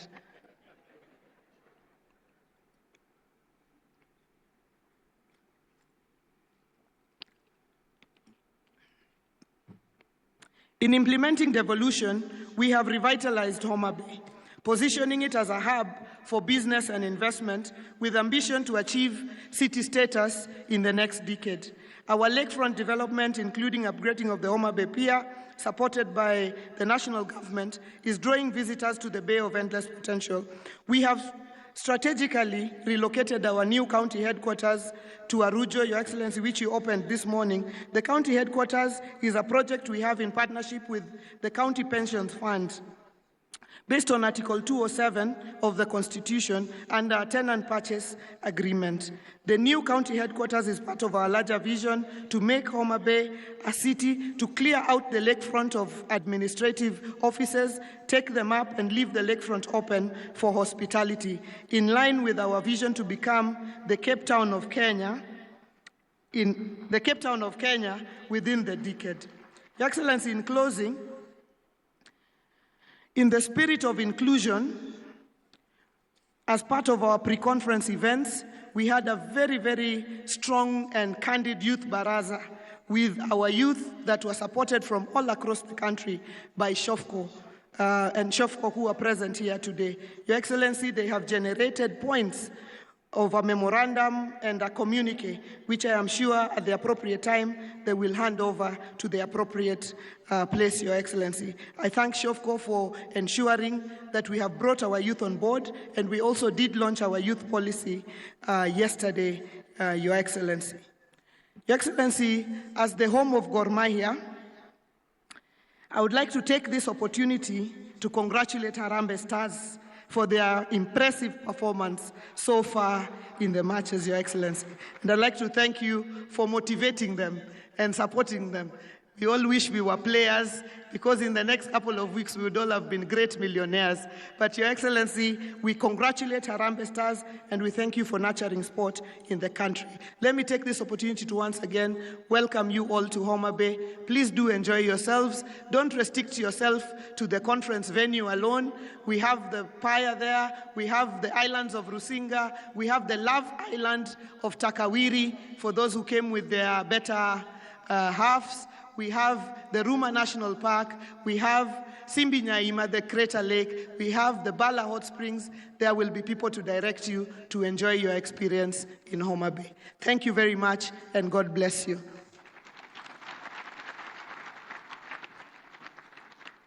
Another super applause for our host.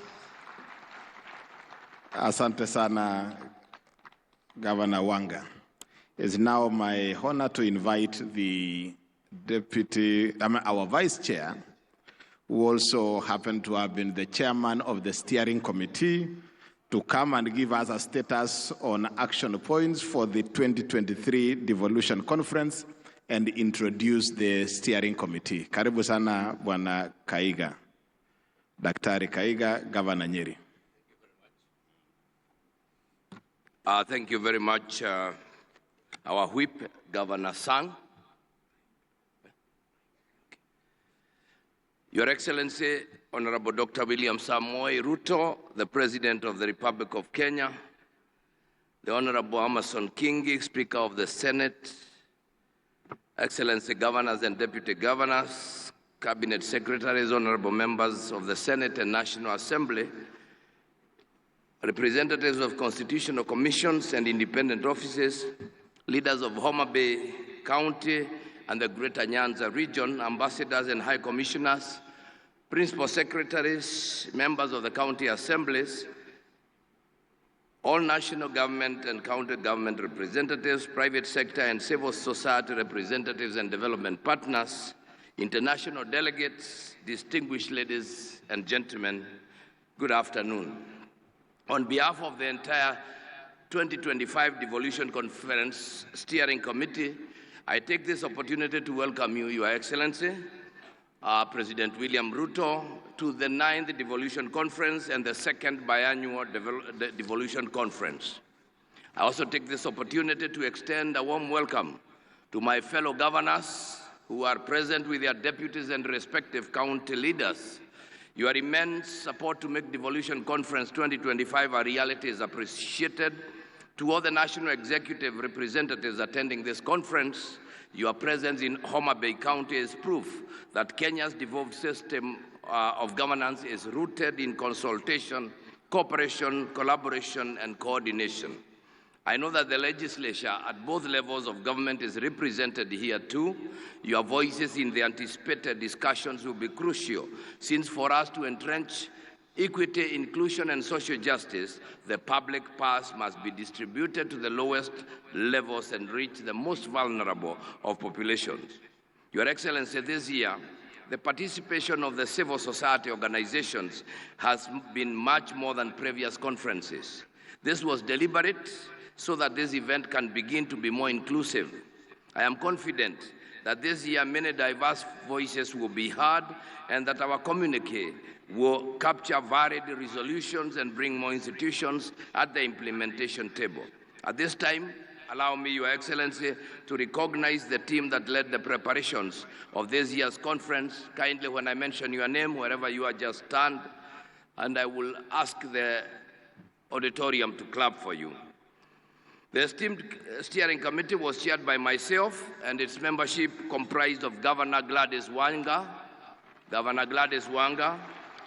Senator Catherine Muma, thank you, Senator Beatrice Ogola, the Principal Secretary, Mr. Michael Enasalon, the Honorable Chege Mwaura, Secretary General of the County Assemblies Forum, Ms. Gloria Wawera, Chief Executive Officer of the National Council, Youth Council, and Mr. Tom Were of ACT. Allow me to also recognize the Chair of the Planning Committee, Ms. Mary Moiti, the CEO of COG, and I convey immense gratitude to all the institutions who participated in preparations. Asanteni sana, and like they say here, erokamano.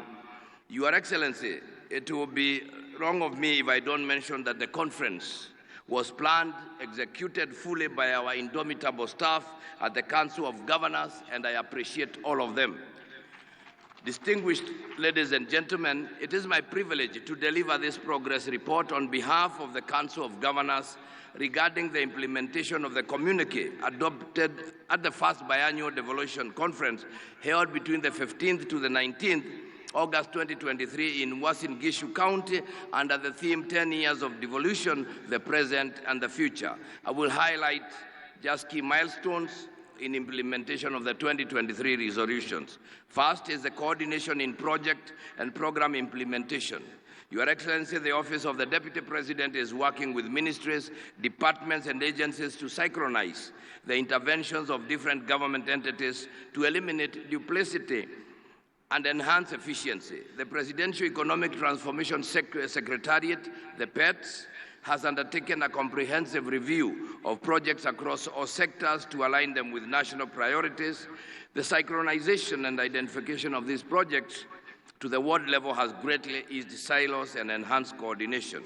Automation and digitalization of services was the second one, and county governments have automated services in different sectors. Murang'a, Kisumu, Makueni, and counties have fully automated their services, while other counties have partially done it. The e-Citizen has brought together over 16,000 government services, and this comprehensive digital platform integrates services from more than 100 ministries, counties, departments, and agencies, streamlining access for citizens and residents across Kenya. The third one was own source revenue. Counties collected Kenya shillings 58.95 billion in the financial year 2023-24, which is 72.5% of their target, marking the highest revenue performance in 11 years. 10 counties surpassed their OSR targets in financial year 2023-24. All the 47 counties are currently automating their revenue systems to enhance transparency and zero leakages in revenue collection. On number 5, which is transfer of county functions, the unbundled functions were gazetted under Gazette Notice number 219, dated 16th December 2024. What remains pending is the costing process, which will pave way for adequate resourcing of county functions. On legislation of land and bridging the gender gap in land ownership, the National Land Information System, dubbed Adi Sasa, was successfully rolled out in Nairobi County, Mombasa Island, and Mombasa County, and some parts of Murang'a County. County governments have also established land information management systems like Kajiado, Makueni, and Murang'a counties. The Adi Haki Mob app in Taita Taveta County and the mobile-based reporting tool in Kakamega County are some of the innovative interventions implemented within the 2-year period that aggregate real-time data on women's land tenure issues. Kakamega, Busia, Nairobi, and Mombasa counties, in partnership with Athi kwa Kina Mama, AKMA project led by We Effect, implemented a project aimed at increasing women's access to land rights by establishing safe spaces for grassroots land rights defenders within the reporting period. And the other one is strengthening primary health care and community health services. 227 primary care networks are operational, and the National Treasury has included the community health promoter stipends in the additional allocations to county government from national government's share of revenue in the financial year 2024-25. The Cabinet Directive of 21st January directed mergers of health programs to avoid duplication, and we thank you, Your Excellency. We are creating a conducive environment for the youth to carry out business. The government has developed the Creative Economic Support Bill 2024 and is currently at the public participation stage. Further, to boost local talent and earning, Nairobi County has initiated programs to support artists and content creators by providing affordable access to public spaces for performance and exhibitions. This includes subsidized fees and streamlined permit processes. Street photography and street dancing are now permitted. Mombasa County, on the other hand, has several creative hubs, including the Mombasa Innovation Hub, Swahili Port Hub, Jukwa Arts, among others. On forestry and tree growing, the Ministry of Environment, Climate Change and Forestry has undertaken mapping of both tree and forest cover in the country to inform the tree growing targets of achieving 30% tree cover by 2032. Ladies and gentlemen, I applaud all stakeholders and partners who facilitated the full implementation of the 2023 communique. Any ongoing efforts must be concluded. The full matrix containing the status of all the 2023 resolutions can be accessed at the Marifa Center, the Knowledge Hub for COG. To maintain momentum, we must strengthen intergovernmental collaboration to fast-track pending legislation and ensure equitable resource allocation. There is also need to deepen engagement with the private sector to bridge funding gaps. Number 20, let us recommit to this collective endeavor, ensuring that the resolutions of the Devolution Conference 2025 will continue to build on the progress we have witnessed and spurs to greater heights in championing devolution. I wish all of the delegates a wonderful time at this conference. Thank you very much. Let's appreciate the chairman of the steering committee, Governor Kaiga. At this point, I want to invite Governor Muranga to come and showcase a county innovation, as the technical team also prepare the devolution video that will come shortly after. Karibu, Governor Irungu Kang'ata. Your Excellency, President of the Republic of Kenya, Dr. William Ruto, my fellow governors, led by our chair and our vice, and the host governor, the other colleagues, senators, and also every other protocol established, including the county assembly. Allow me to, there's a request made that Muranga showcases various innovation in technology. Whoever has the system can put them up. Your Excellency, Muranga County has automated various systems through our own internal staff. The first innovation was in revenue collection. On your left side are various revenue streams, whether parking, market, quarrying, land, vet services. So that then means if you pay, we see this payment live data. So in the middle part, that is where you see the various collected data.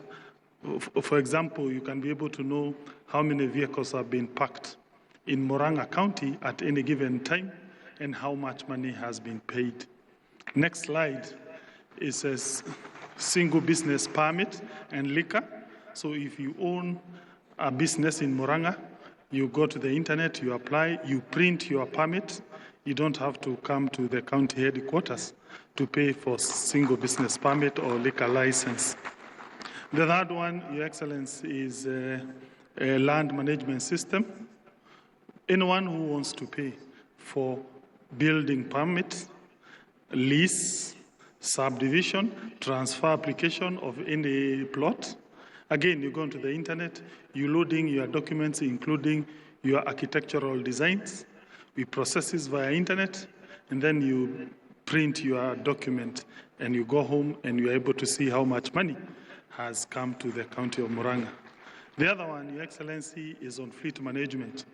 Muranga County, just like other counties, has about 100 motor vehicles. So we put this system to monitor where they are. So if you overspeed, we are able to monitor you.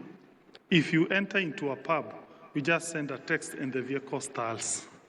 We are able, if there is an accident, we can play back whether you are on the right track, you are overspeeding, and we are able to get that evidence. This has led to the reduction of number of accidents and also improved drivers' behavior. The other one is Inua Mkulima. Your Excellency, this one was made in partnership with Cooperative Bank of Kenya, where we give our farmers, those who are in milk and mango, subsidy money, so that when they go to a pre-qualified shop, they are able to redeem certain farm inputs. For example, animal feeds, even foodstuff. So it is a technology that is mobile-based. So when you go to a certain shop, this is the card we give them. So you give it, if you're a member of that program, your money will be deducted, which has been preloaded in that e-wallet. That supports milk and mango value chains in Muranga. The other one is a file management portal.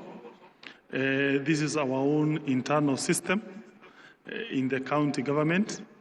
We have another one for hospitals.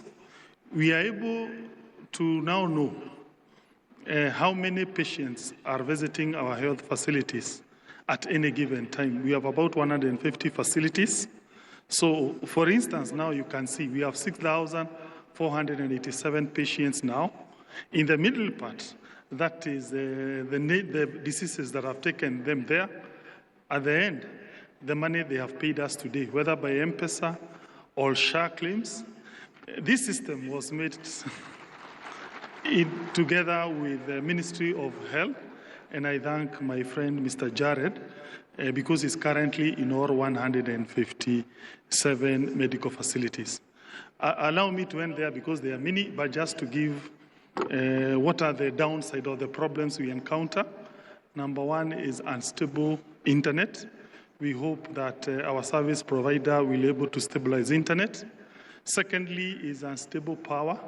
We have been compelled to now solarize our health facilities so that when we have a problem with the national grid, our systems continue functioning. Thank you.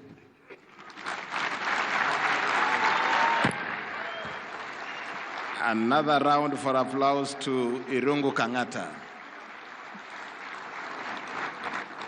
It's now my pleasure to invite Right Honorable Speaker of the Senate, Amason Jeffa Kingi, to come and make his remarks and address us.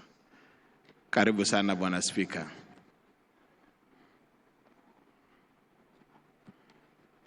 And he will also have the opportunity to introduce the members of Parliament, both Senate and the National Assembly present.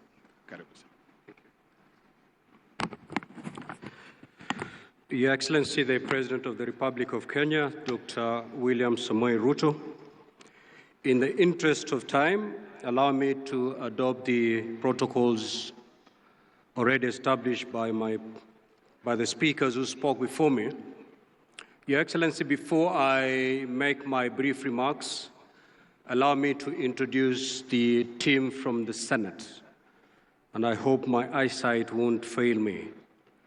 We'll start with the Deputy Speaker and Senator for Meru County, the Honorable Senator Kathuri Murungi, the host Senator, Senator Kajwang Moses Otieno, the Senator for Nandi, Senator Samson Cherargei Kiprotich, Senator Dr. Boni Khalwale, Senator for Kakamega, Senator Faki Munyehaji, Senator for Mombasa, Senator Eddie Okech for Migori, Senator Catherine Muma Muyeka, Senator Maureen Tabitha Mutinda, Senator Hamida Ali Kibwana, Senator Julius Murgo, Senator Montate Batuli Betty, Senator Kisang,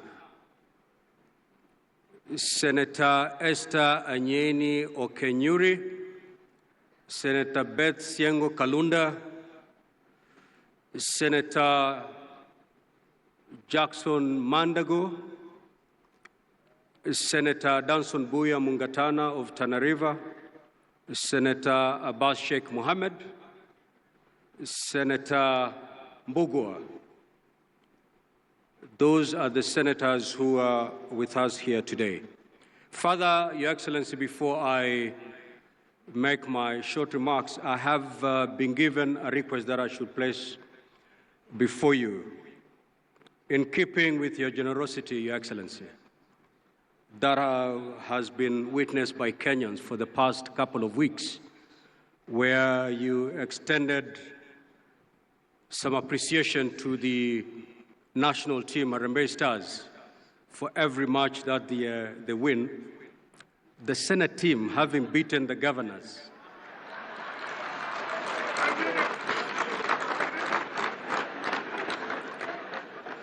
they are wishing to be considered in that appreciation token. The team comprises of 16 members. If that is agreeable, Your Excellency, I may pass by the State Lodge to collect 16 million for the team. And I know it's possible. Thank you, Your Excellency. Distinguished participants, I join you with pride today as a firm believer in our country's most transformative governance shift since independence. That is devolution. We gather here to mark 14 years since the birth of devolved governance, a constitutional promise to bring government closer to the people and to ensure equitable development and to reverse decades of marginalization. As partners in the devolution space, our gathering here today and this entire week is not a matter of routine, but a national obligation. For devolution is about every lives of our people. The theme of the conference, that is for the people, for prosperity, devolution as a catalyst for equity, inclusion and social justice, is not just a slogan. It is a call to action and resonates with the realities of our time. It reminds us that devolution is not about systems or structures. It is about people. It is about the mother in Turkana who now accesses maternal health care at a local health facility.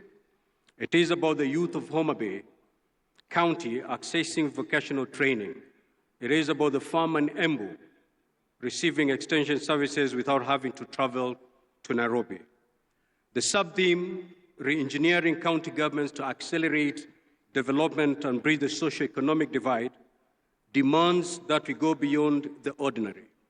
It demands that we make counties leaner, smarter, responsive, and people-centered. It is a call to disrupt mediocrity, embrace technology, promote innovation, and be accountable stewards of the public trust. Your Excellency, we promulgated the Constitution of Kenya in 2010 and operationalized it in 2013. We reimagined a Kenya where no county, no village, no Kenyan will be left behind. We moved away from a centralized, top-down approach that had for decades marginalized communities and deepened inequalities. In its place, we embrace a model of governance that is participatory, inclusive, and closer to the people. And while the journey has not been perfect, it has been profoundly transformational. Healthcare services, once centralized and overstretched, are now within reach of millions. County governments have constructed over 1,000 health centers, recruited thousands of health workers, and enhanced immunization coverage and maternal health. Infrastructure development has flourished. Counties have built thousands of kilometers of rural roads, enabling farmers to access markets and people to move with ease. Early childhood education, water provision, agricultural extension services, and local economic development all have experienced rejuvenation because of county-level planning and execution. Above all, citizen participation in governance has deepened. Today, a resident of Wajir, Lamu, Nyandarua, or Vihiga has a say in how resources are allocated in their ward, an unthinkable reality 2 decades ago. At the heart of these gains, Your Excellency, stands the Senate, the constitutional protector of counties and their governments, as proclaimed in Article 96 of our Constitution. In line with its mandate, the Senate has recorded the following milestones. It has allocated close to Kenya shilling 4 trillion cumulatively to counties through the Division of Revenue County Allocation Revenue Acts. Oversighted the use of these funds through the standing committees of the Senate. It has championed legislation that have empowered counties, enabling them to cooperate efficiently. The County Public Finance Laws Amendment Act, a key legislation that guarantees financial autonomy to our county assemblies and further anchors their role of oversight, legislation, and representation at the county level, has finally become a reality after Your Excellency did assent to it this morning. We thank you for that. It is no doubt, Your Excellency, that without the Senate, devolution would be a shell. With the Senate, devolution has become a shield for the aspiration of many Kenyans. Indeed, at this juncture, allow me to applaud our senators for working tirelessly in building consensus to navigate very complicated tasks as they execute their mandates. A good example is the collective effort and team spirit that characterized the debate and passing of the fourth revenue sharing formula for counties for the year 2025, 2026 to 2029, 2030. This was a profound departure from the past when such an exercise was riddled with acrimony and laced with political differences. Your Excellency, yet even as we celebrate these achievements, we must confront the hard truths mirrored in the following realities. These are the threats to devolution. 1, corruption and weak accountability systems in some counties continue to threaten and erode public trust in devolution. Failure, regrettably so, failure by some governors to heed invitation by the Senate to come to the Senate to account for the resources placed in their hands, not only erodes the good working relationship within the devolution family, but also is detrimental to the noble goals of devolution. Regrettably, Your Excellency, we have seen cases where Senate committees have had to encounter hostilities when they visit counties in exercise of the oversight mandate. Very regrettable. Duplication of rules and power struggles between national and county governments undermine efficiency and cooperative governance. Inadequate on-source revenue mobilization by counties has left them over-dependent on the exchequer, limiting innovation and self-reliance. Wrangles within the county assemblies, which sabotages work delivery. Your Excellency, a case in point is the county of Nyamira, where at some point we had 2 county assemblies, 2 clerks and 2 speakers. Delayed disbursements of funds to counties and politicization of county development priorities, which often sidelines community needs. Your Excellency, to secure the next decade of devolution, we must act decisively and collectively to deal with these threats. Distinguished participants, devolution was never meant to be a destination. It is a continuous journey, one that requires vigilance, courage, and commitment. Let us not allow short-term political interest to dilute the long-term vision of equitable development. Let us recommit to the devolution dream by ensuring it lives and blossoms in every ward, in every village, and every heart. For the greatness of a nation lies not in the glitter of its capital city and its urban centers, but in the dignity of its villages. May God bless our counties, and may God richly bless our land. Thank you, Your Excellency.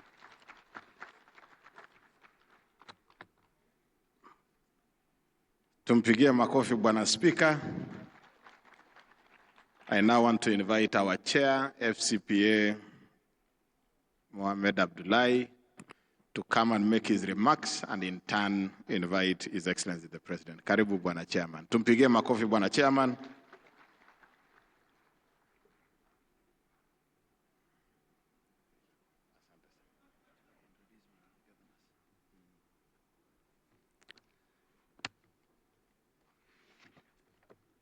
Thank you very much, Whip. Your Excellency, I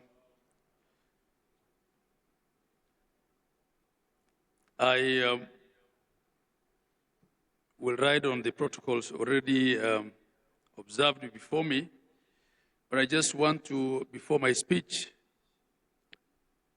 ask the deputy governors, because I think other groups have been asked to, have been appreciated, to also stand so that we know the deputy governors who are here. We can appreciate you in totality, deputy governors. Thank you very much. Please, let's appreciate our deputy governors who are here. Your Excellency, when my sister was here, Gladys Wanga, host governor, I think because of the small element of stage fright that we all have and the fact that we're putting her under pressure to save on time, she forgot to introduce her deputy governor. I think he also didn't stand up when the other leaders stood up. So on her behalf, I apologize and recognize and appreciate the Deputy Governor of Homa Bay County, Oyugi Magwaga. Your Excellency, I also want to appreciate the presence of our CS Opio Wandai. CS, you can just stand up. Now, with that, Your Excellency, because not all governors will have an opportunity to come and stand up here, I'll be the last one speaking before I invite you. I want to ask all the governors to stand up.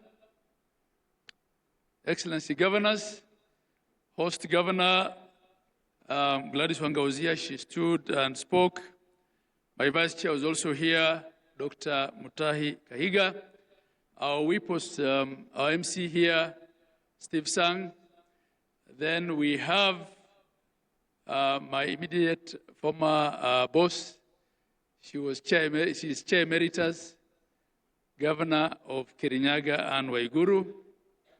We have the Governor of Tharaka Nithi, Governor Muthomi Njuki, Governor His Excellency Ochilo Ayako of Migori, Governor Nadhif Adam Jama of Garissa, Governor Kiarie Badlisha of Nyandarua, Governor Mohamed Khalif Mandera, Speaker Emeritus, Governor of Bungoma Kenneth Lusaka, my professional colleague, FCPF Fernandez Barasa, Governor of Kakamega, Governor Paul Otuoma of Busia County, Governor Patrick Olentutu of Narok, Governor Mahmoud Mohamed Ali, Marsabit County, Governor Orengo James, Siaya County, Governor Professor Hilary Barchok of Bomet, Governor and Benjamin Cheboy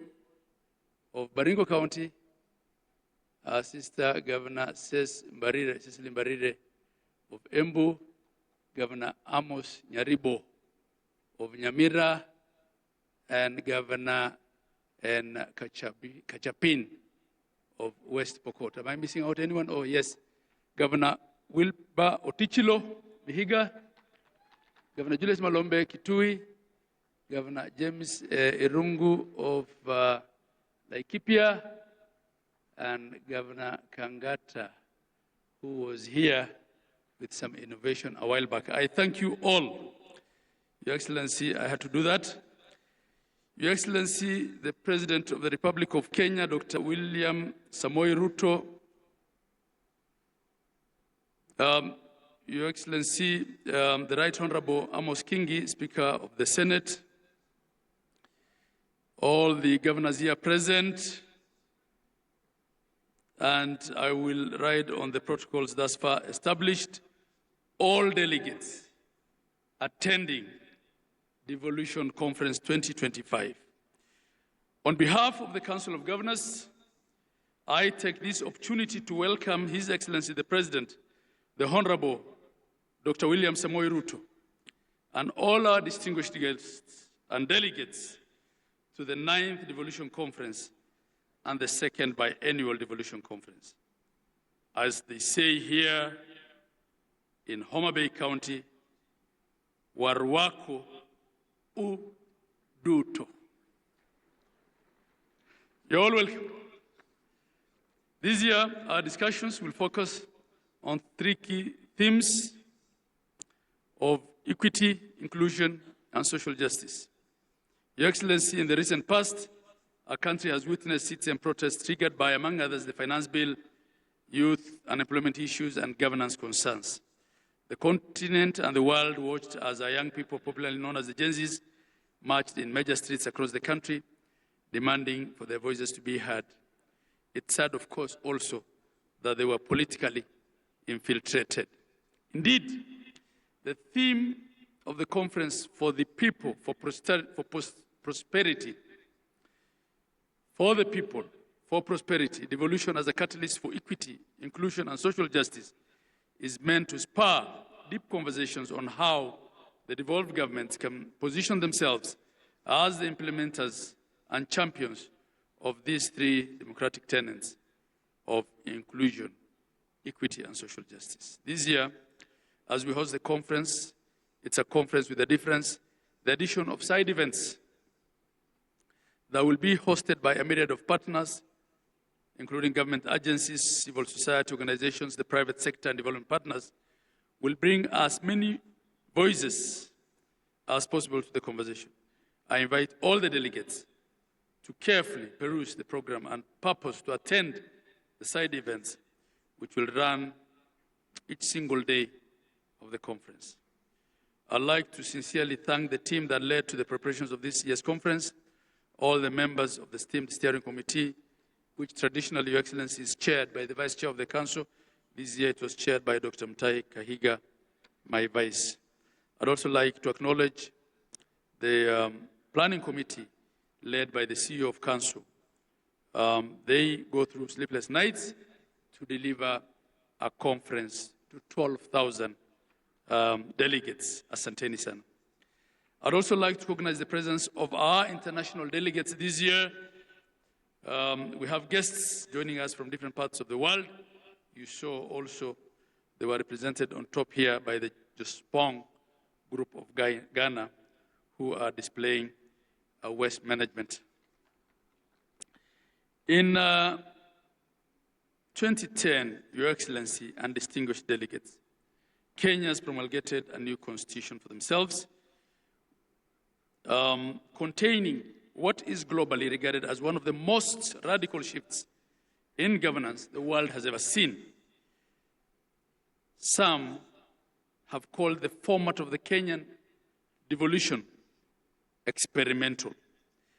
The new system created distinct and yet independent governance through the national government and 47 county governments, which are constitutionally mandated to deliver on key services through locally elected leadership and representatives.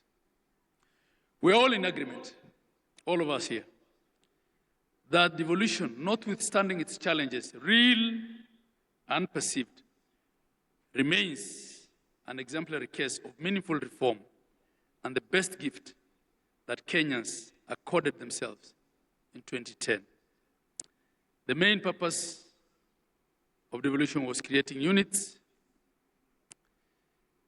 that would secure equitable distribution of development in the country, that every Kenyan is then guaranteed a dignified and a quality life with access to public goods such as healthcare, water, housing, food, education, and transport at the local level. Creation of administrative units beyond the county governments in wards, villages, and planning committees is further meant to ensure that the communities are heard and that the citizens' needs are met no matter where they are in Kenya. Article 174 of our Constitution captures this very succinctly by laying out the objects and the purpose of devolution. And there are 9 of them, and they include, among others, to promote democratic and accountable exercise of power, to foster national unity and recognize diversity. I'll not read all of them, but you can refer to Article 174. And in fact, in that article, Your Excellency, it's only one, really, and the object that explicitly refers to economic development under F, which says social and economic development and the provision of proximate, easily accessible services throughout Kenya. So through devolution, we were dealing with development, but we're also dealing with equity and social justice that is uniform across Kenya. From the above, ladies and gentlemen, the architecture of the Constitution anticipated that devolution would not only be concerned with economic development, but it will also foster national unity, democratic and political inclusion, and facilitate the decentralization of power, responsibilities, and resources, all aimed at bringing decision-making and services closer to the people. The establishment of the devolved governments was thus our ambitious way as a country of reversing centralization as a basis of both political and economic development. It is both an economic imperative. Devolution is an economic imperative. But I believe it was also a political settlement. Devolution is indeed the truest and the most progressive definition of bottom-up social, economic, and political transformation. 12 years ago, Your Excellency, under the first election, under the new constitutional dispensation of 2010, we set up the first cycle of county governments. We ushered in 47 new county governments. And these governments, unlike the former local authorities, were created through the statutes. They had constitutional protection. They were established in line with the Constitution, and they enjoy both institutional and financial safeguards directly from the supreme law of the land. The fourth schedule further splits the functions between the national and the counties. Your Excellency, we've come a long way. At the Council of Governors, we appreciate that in 2014, on the 16th of December, you unbundled through a Gazette notice a lot more functions and component of functions. And this has been something that has been outstanding for long, and we don't take it for granted. But we still seek the further unbundling and costing of the few remaining functions, that they be completed to finality in full compliance with the letter and the spirit of the Constitution, and that the attendant resources of all functions already transferred will all follow. As I make this speech, Your Excellency, I'm a second-term governor, having served in the first cohort of the first phase of county governments between 2013 and 17. In my view, devolution, again, I say, has come a long way. The journey has not been easy. We've had policy, legal, and administrative challenges that have threatened the very foundation of devolution. But I am convicted, I'm convinced here that counties, and in general devolution, has moved from strength to strength. Counties have recorded countless success stories that reveal that devolution is uplifting the lives and livelihood of Kenyans.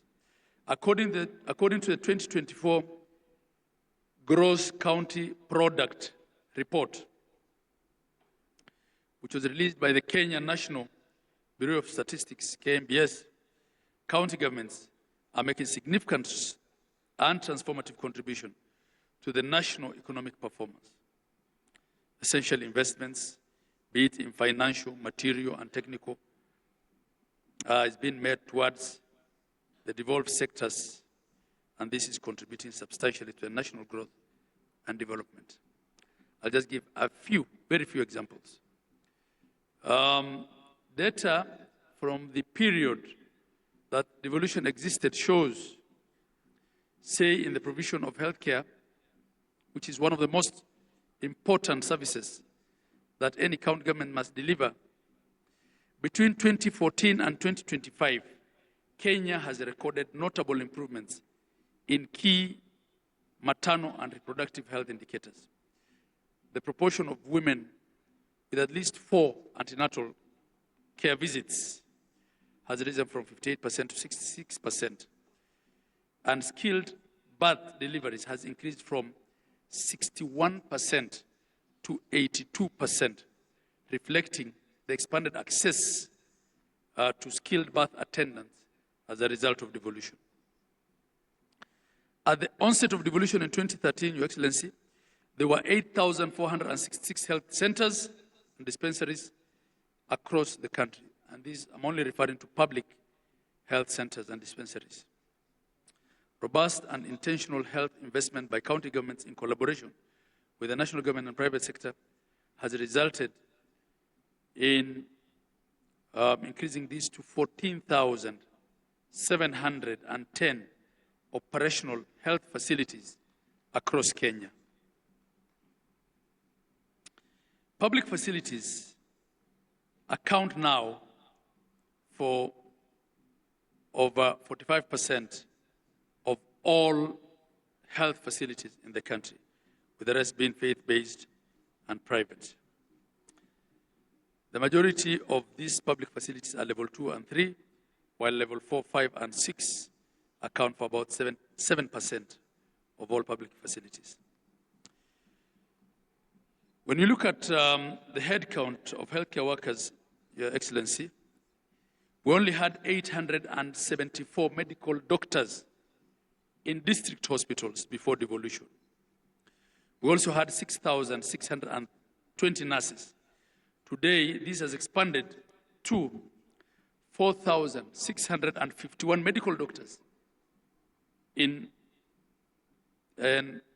public facilities in counties.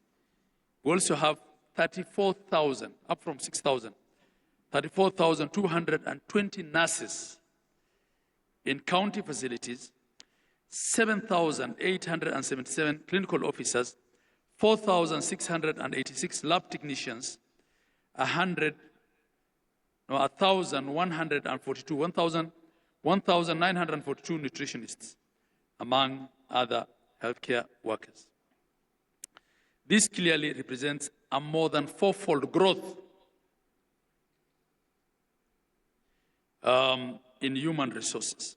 At the community level, partnering with the national government, we now have 831 community health workers.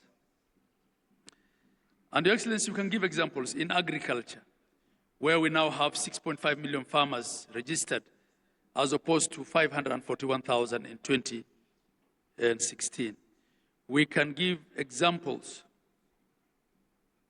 in ECD, where we now have from nearly zero staff in payroll of ECD teachers in counties to over 30,000 ECD teachers across the 47 counties, and 48,700 ECD centers.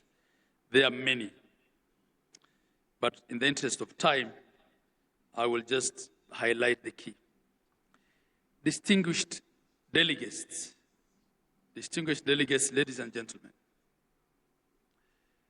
the story of devolution is dotted with many successes, and we can speak to it in every single county. Every single county has a story to tell, but I'll end it there. That notwithstanding, Your Excellency, there are numerous challenges. Challenges abound. The debate on functional integrity of the two levels of government, the quantum of resources allocated to devolution, delays of disbursements and releases of funds, and administrative action that leads to clawback, policy, laws, especially subsidiary instruments that predate the 2024 Constitution that are not then compliant with devolution, still remain a challenge.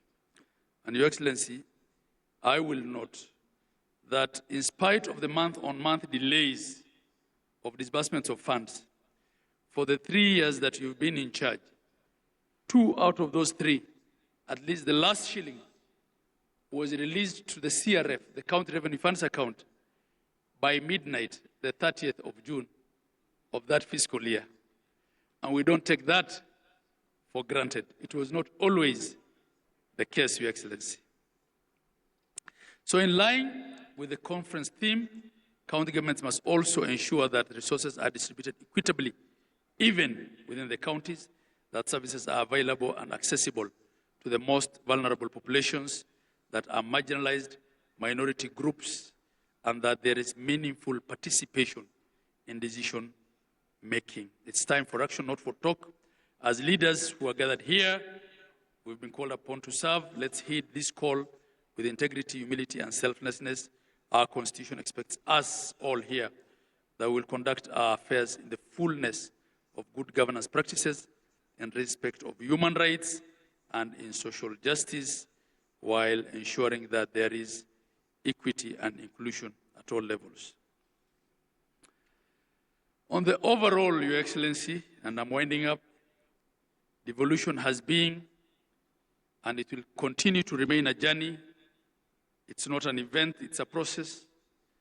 I can say, as stakeholders, we have done well. We can all do better. And that's why we're here with all the stakeholders and partners. We are ready to listen to what interventions we can apply to make devolved governance even better and stronger. As I conclude, let me take this opportunity to appreciate all our stakeholders who have supported this conference. I convey our heartfelt appreciation of the national government through the presidency, the Senate, and all the 47 county governments for their support and participation. A special thanks to our platinum sponsors and partners, the Kenya Commercial Bank, Safaricom PLC, and the Jospong Group of companies. Those were our 3 platinum partners this year. To all our other partners, this could not have happened without you. Devolution has brought 12,000 delegates at DEFCON 2025 to Homa Bay County. This could not have been done without our partners. We appreciate and value all of you. Your support has made this event a reality and a big success. We cannot thank you enough. Continue to work with us as we keep the devolution fire blazing. I wish you all fruitful discussions in the coming days of the conference. It is now my duty and pleasure to invite His Excellency, the President of the Republic of Kenya, the Honorable Dr. William Samoei Ruto, to come and address us and officially open Devolution Conference 2025 for us. Thank you, and God bless you all.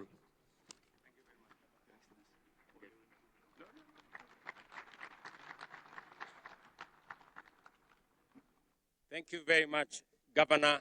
Ladies and gentlemen, let's take our seats. Thank you very much.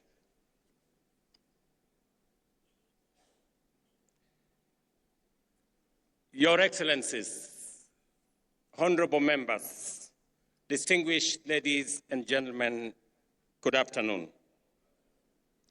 I am delighted to be back in Homa Bay, the county of endless potential and possibilities, a place whose promise mirrors that of our great nation.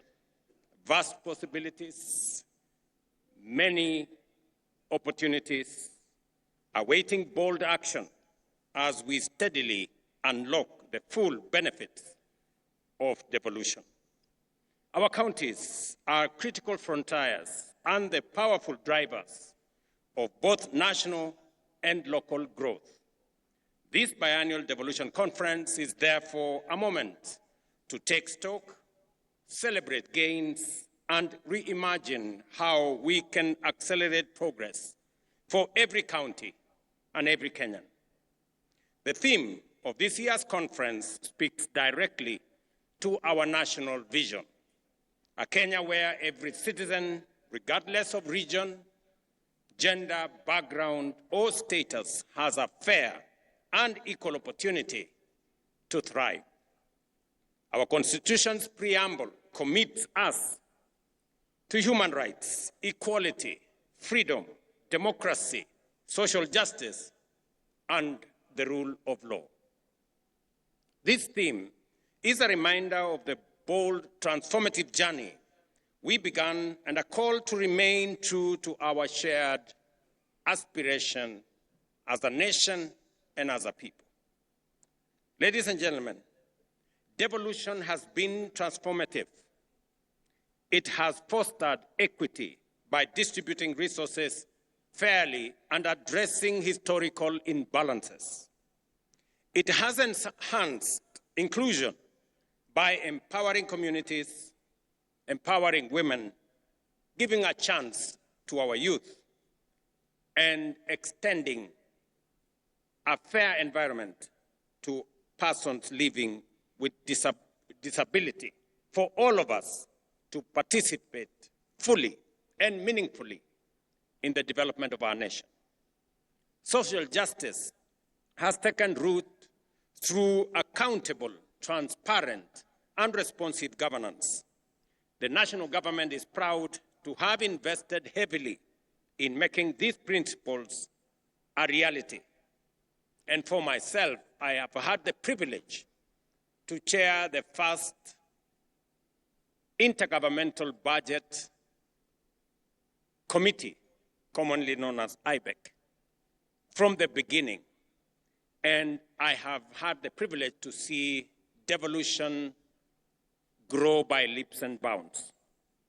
Through collaborative frameworks, such as the Intergovernmental Relations Technical Committee, the Council of Governors, the Summit, and the other intergovernmental fora, we have resolved challenges amicably and aligned our policies and resources as guided by our constitutional vision. From the very first day of my administration, I affirmed that devolution is not merely a constitutional provision. It is the ground jewel of our democratic governance and the proudest achievement of the people of Kenya in our constitution-making process. I pledged to accelerate the full transfer of all outstanding devolved functions as assigned in the 4th schedule of our Constitution, together with the requisite resources. This commitment was formalized during the 11th National and County Government Coordinating Summit held at State House, Nairobi, on the 16th of December 2024, as has been alluded by the earlier speakers. I directed the Intergovernmental Relations Technical Committee to finalize the delineation, unbundling, and gazettement of all pending functions, and to initiate the systematic transfer of budgetary allocations and other resources tied to those functions without delay. Today, I am proud to report that all 14 devolved functions have been conclusively delineated, unbundled, and formally gazetted. This milestone has eliminated decades-old ambiguities that hampered service delivery and fueled intergovernmental disputes. This achievement marks a decisive turning point in our journey to align functions with funding.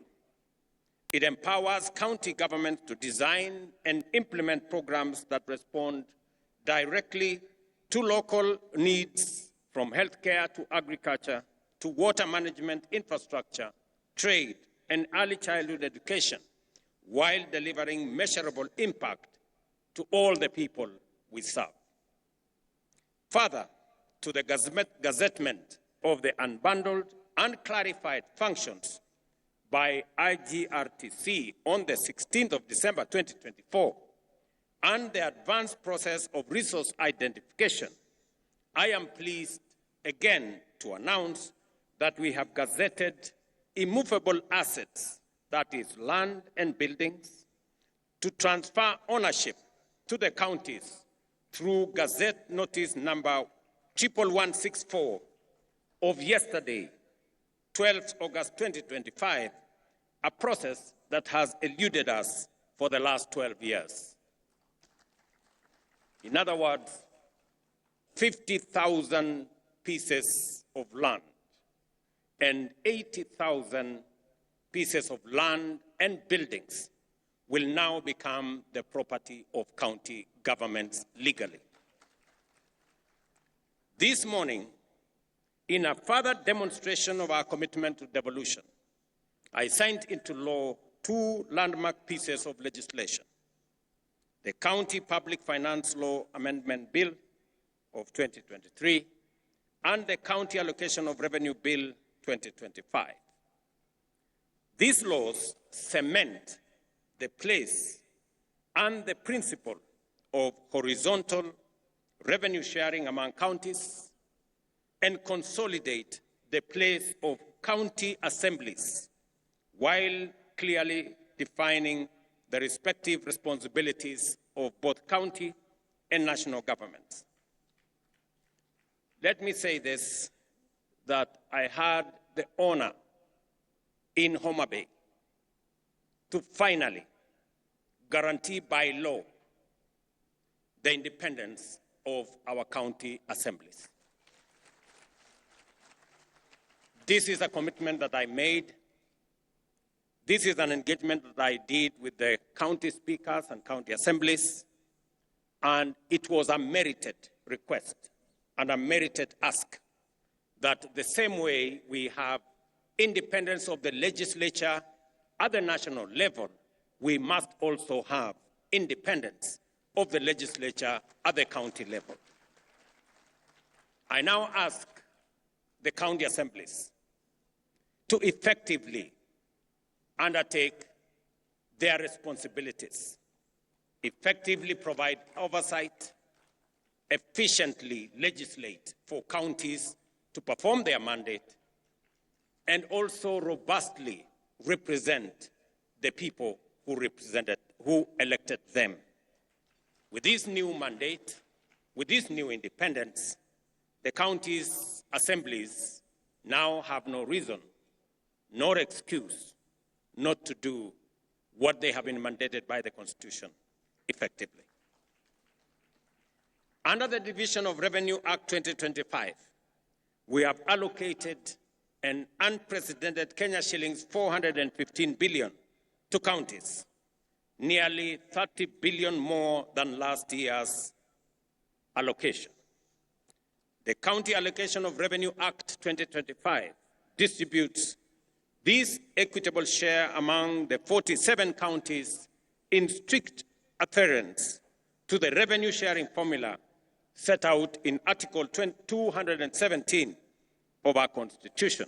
And again, today marks a turning point. We are using a new revenue sharing formula, again marking another historic step. This is the first allocation, as I have said, to apply the fourth determination of the basis for division of revenue approved by Parliament this year. This is not just more money. It is a stronger foundation for counties to deliver, develop, and transform people's lives. Ladies and gentlemen, despite operating within a tight fiscal space, the government has honored its commitment to timely disbursements, clearing all balances owed to counties for the just ended financial year. This ensures that counties have the fiscal capacity, institutional infrastructure, and human resources necessary to deliver on their expanded mandates effectively. Again, to report that yesterday, the 12th, the National Treasury released resources for July this year as part of the commitment that we had made to our counties.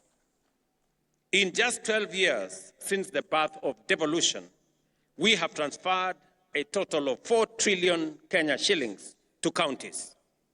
Every corner of Kenya now has a functional county government, closer to the people than ever before. The results are evident. New tarmac roads in once forgotten villages, maternity wings in rural hospitals, and innovative agricultural programs changing lives at the grassroots. Investments, ladies and gentlemen, are the lifeblood of economic transformation. They inject capital, spur innovation, generate employment, and unlock local potential. Nowhere is this more true than our counties. Under our bottom-up economic transformation agenda, we are working with counties to build one bankable, high-impact value chain in every county, from fish processing here in Homa Bay to leather in Kajiado and textiles in Kitui.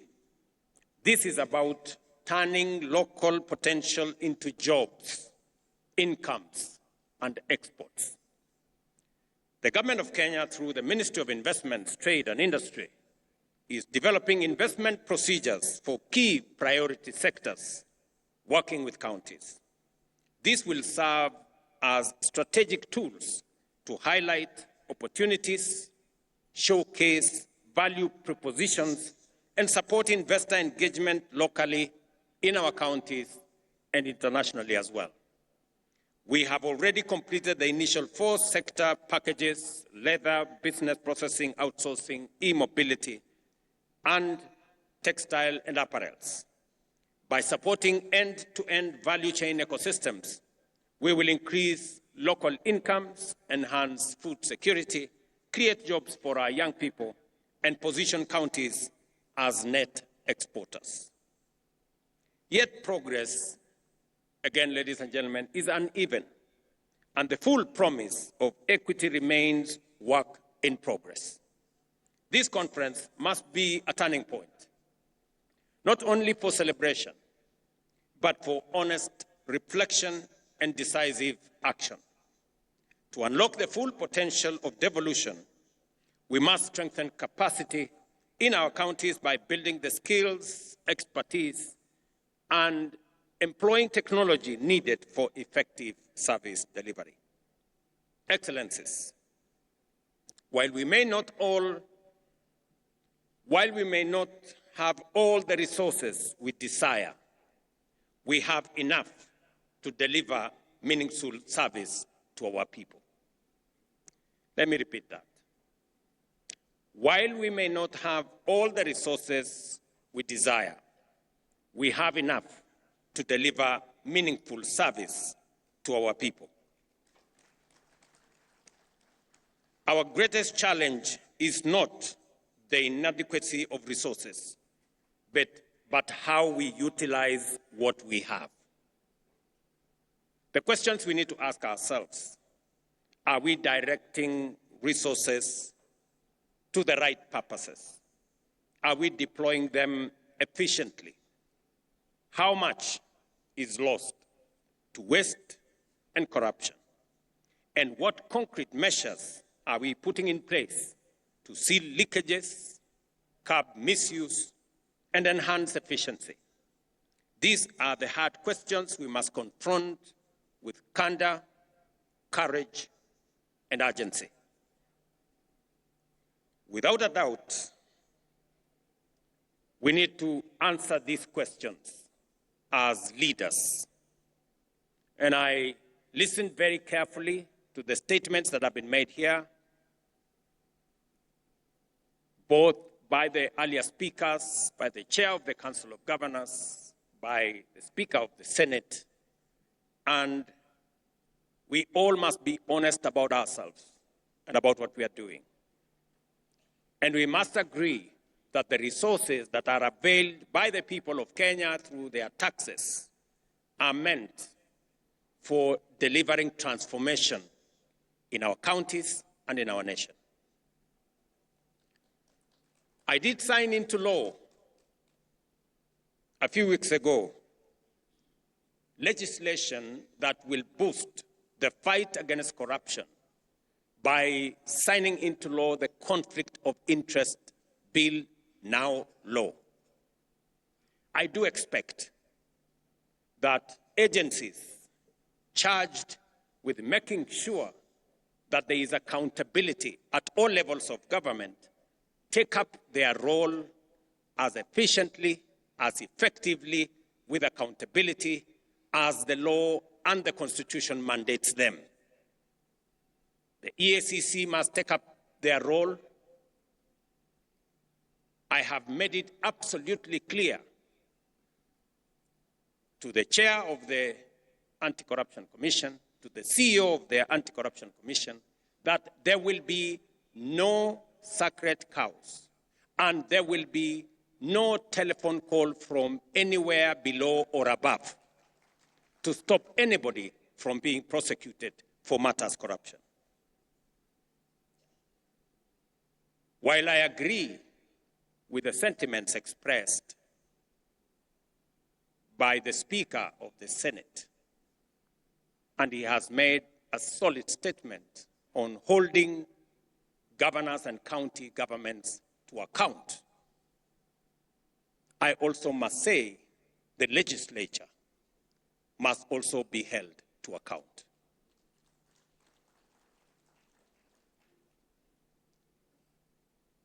Because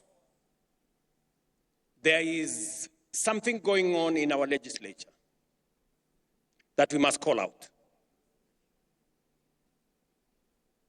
there is money being demanded from the executive, from governors, from ministers, from people in the executive, especially those who go for accountability before our houses of parliament. Mr. Speaker, it cannot continue to be business as usual. It is not possible that committees of parliament demand to be bribed, demand to be paid for them to write reports or to look the other way for what is happening in either the national government or the county government. All of us must act together. The fight against corruption must be an all of society engagement and exercise and effort. I also want to ask the judiciary not to be a haven for the corrupt to hide behind judicial decisions. We have innovation that is only available in Kenya that allows a corrupt person or somebody who has stolen public resources or somebody in breach of law not to be prosecuted. Something called anticipatory bail. It is a Kenyan innovation that takes us backwards. Just let's ask ourselves, somebody who has stolen public funds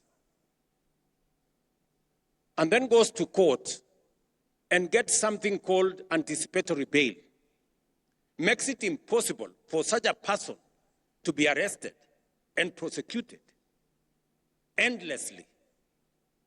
How does that support the fight against corruption? This is a matter I hope our friends in the judiciary would help us answer.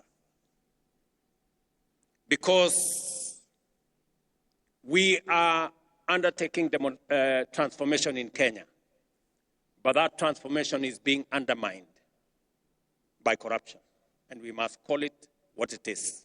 And all agencies, institutions, and arms of government, we must come together to deal with the challenge of corruption so that we can ensure that public resources are meant and are used for the intended purposes for which the people of Kenya have asked us.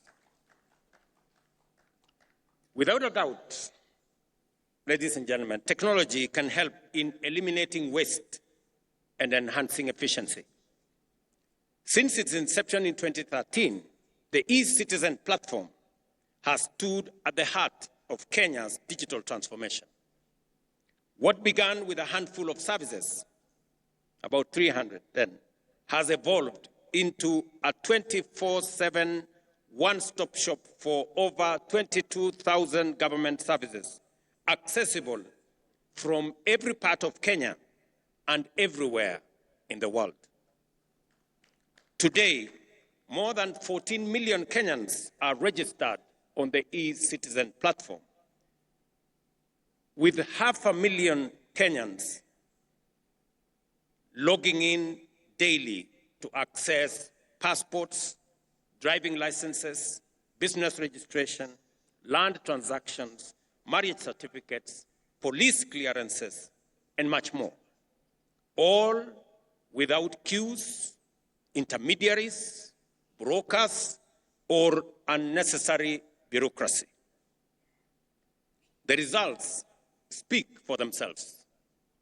Collections have surged more than 1,500%, from Kenya shillings 60 million to over 1 billion shillings collected by eCitizen daily, translating to more than 500 billion annually. ministries, departments, and agencies have seen revenue growth of up to 400%, supported by accurate projections and better planning. Equally, counties have integrated their digital portals with eCitizen and have seen remarkable growth. Mombasa County, for example, revenues have rose from 1.6 billion to Kenya shillings 2.5 billion, a 61% growth. Kiambu County has seen revenue grow from 2 billion to 3.04 billion, a 52% growth. And Kajiado from 1.4 billion to 2 billion, a growth of 48%. Other counties, such as Bomet, Tharaka Nithi, Meru, Embu, have posted similar improvements. The platform has seen and has been an engine of economic opportunity, creating 600,000 jobs in ICT, support services, logistics, and other sectors, providing that digitization and proving that digitization is not just about convenience, but also about livelihoods. Most importantly, eCitizen has been a powerful weapon against corruption. By eliminating cash handling and embedding full digital audit trails, we have reduced opportunities for bribery and made transactions traceable, fair, and secure. Citizens can now follow the process and the progress of their applications and payments online, confident that the process is impartial and transparent. I therefore urge all counties to collaborate, share best practices, and celebrate while accelerating the adoption of technology to boost efficiency, cut waste, and enhance revenue performance. Beyond technology, we must promote inter-county collaboration, share resources and expertise, and ensure accountability through transparency and rigorous oversight. Kenya's real economic strength lies at the grassroots in our counties. Through the bottom-up economic transformation agenda, we are moving from raw material production to value addition, strengthening agro-processing, manufacturing linkages, and market access for SMEs and smallholder farmers. As we gather here in Homa Bay, I challenge every leader and citizen to renew our commitment to the spirit of devolution, invest in people-first policies and programs, ensure every shilling has impact, and bring government services closer to the people. Let me share two other things that I really wanted to say on this day, this very important day of devolution. I must congratulate county governments. I must congratulate our governors and the county assemblies for the partnership they have demonstrated in working with me in the transformation of our country. We have worked together because the Constitution dictates that we do. We have worked together on matters of health, from community health promoters, the people who engage with families, with homes every day, the greatest patriots that I know of. We have worked together with the counties, and I want to congratulate counties for sharing this resource so that we can bring health to be a reality and to be a right for all citizens, not a privilege for those who can afford. I am also happy that we have made tremendous progress in the delivery of our universal health coverage, working with counties. All the counties have signed into the program that will enable citizens access health at every facility in a way that doesn't exclude others. And as a result, we all know that more Kenyans are now in the bracket of SHA. 25.2 million Kenyans are already registered, many accessing service.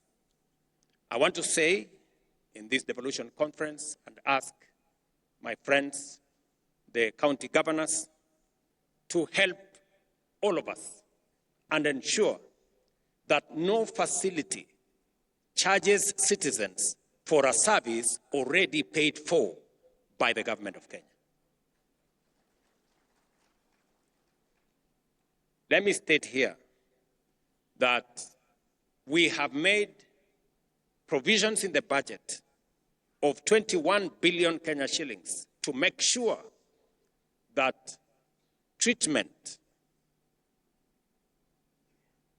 medicine at level 2, at our dispensaries, at our health centers, at our sub-county hospitals, all the way to level 4, outpatient facilities, outpatient treatment is paid for fully by the government of Kenya. And no facility, no dispensary, no health center or sub-county hospital should charge citizens who go to seek treatment because the government of Kenya will refund for the treatment, for the medicine given to citizens at that level.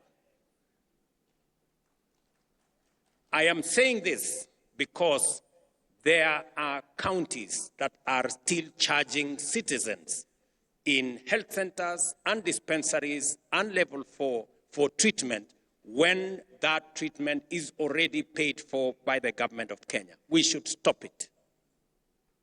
And I want to ask you, colleagues, to help the citizens of our nation, because, as I have said, we do not want to make health a privilege. We want to make it a right for all citizens.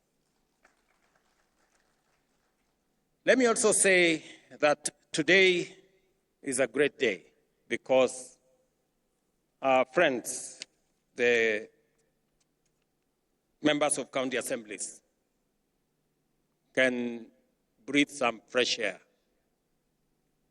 that they do not have to work under the direction of the county executives.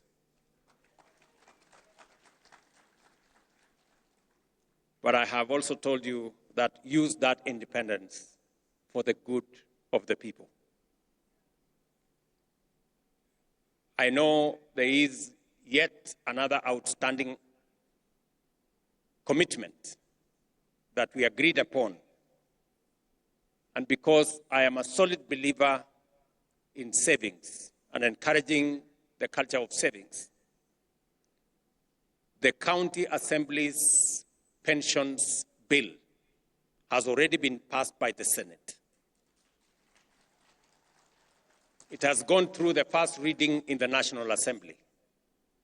And I am confident that in the next couple of months, I will be signing into law the County Assembly's pensions bill into law so that county assemblies like the National Assembly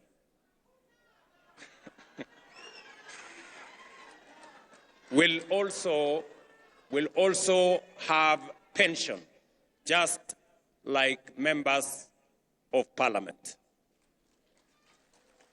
This pension, we agreed, is going to be contributory, just the same way the one in parliament is contributory, and it will assist us in making sure that we avoid old age poverty by people who have served in the public service.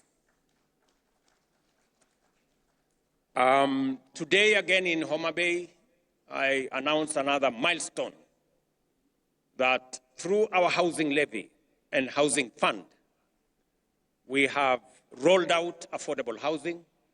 We have rolled out construction of markets across Kenya. Today, we broke ground for the first ever hostel for student accommodation in Kenya. And here in Tom Mboya University, we will be building a hostel accommodation facility to host over 2,000 students, and we are rolling it across Kenya. We already have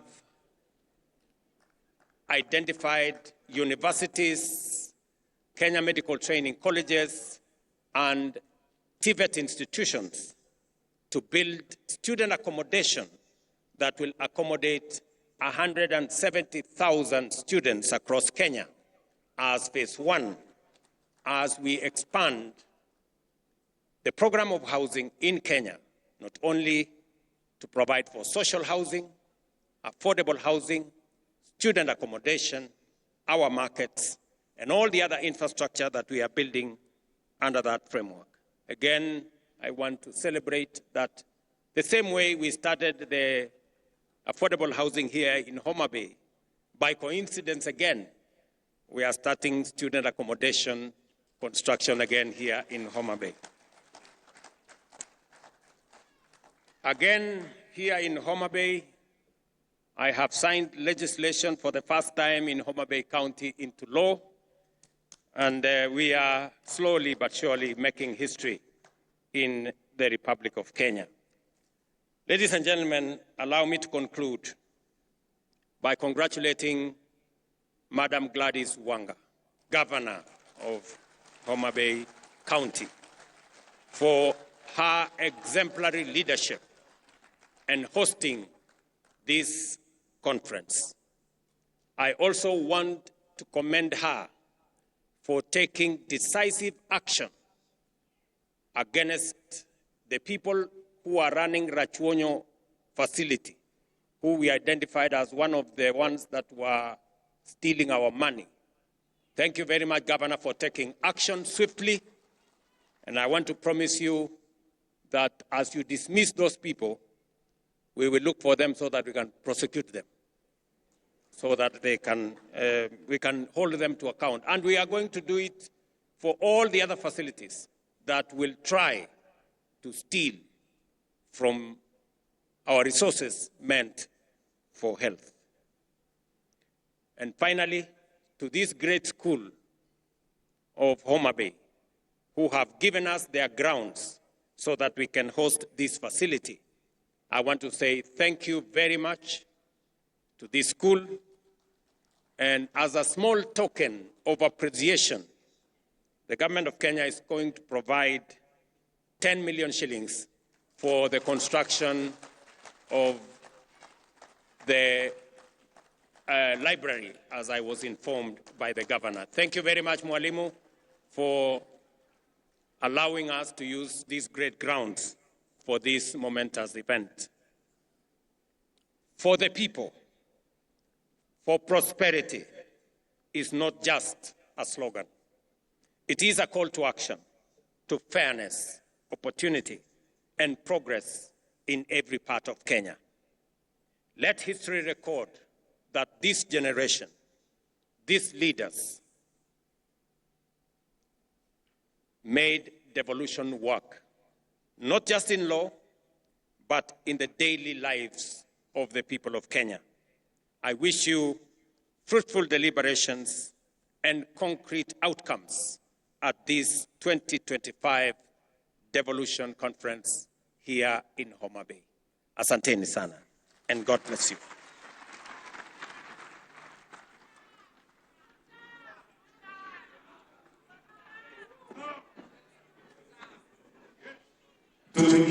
Tafadhali Mheshimiwa Rais, let us take our seats briefly, please. Kindly, we can just take our seats.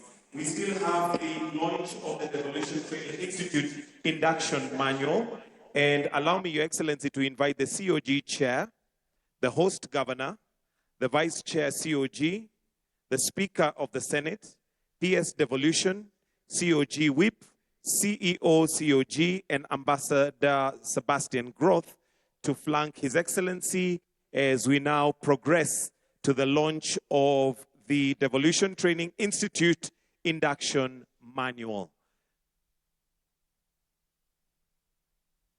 So the launch will be with the press of this buzzer.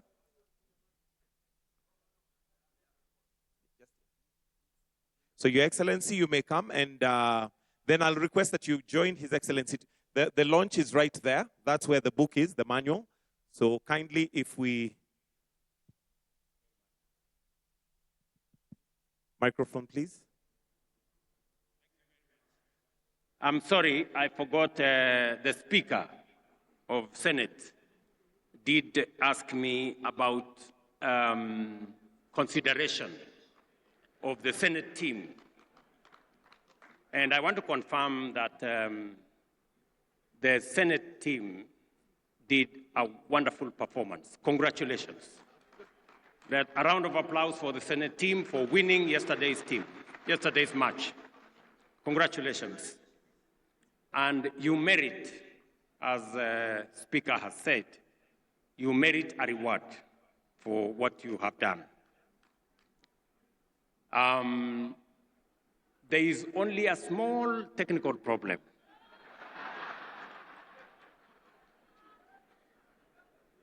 Rewards at the level of what we have done for Harambee Stars is only given when the opposite team is not Kenyan. So, unfortunately for the Senate, the team on the other side also came from Kenya. So I really apologize that I may not be able to assist in this particular circumstance. But the next time you play against a foreign team and you perform well as you have done, then there will be due consideration. Thank you very much. At the count of 3, we'll have the launch of the manual. And Your Excellency, it is right there where we're going to be having the launch. So in 3, 2, and 1, the buzzer is pressed. And we now have the manual, which is the Council of Governors Devolution Training Institute Induction Manual, which is rotating right there.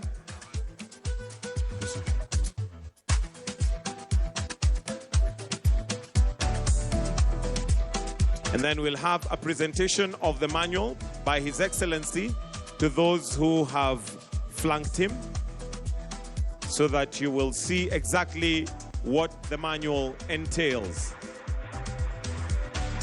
A round of applause for the COG for coming up with that manual, and each will receive a copy.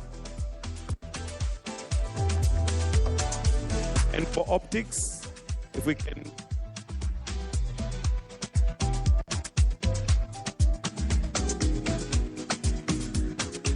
Then if we can all just hold a copy once it's done for a photo opportunity.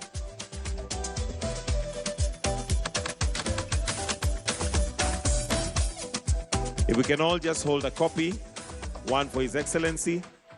May I request that we go to the center? Kindly, thank you.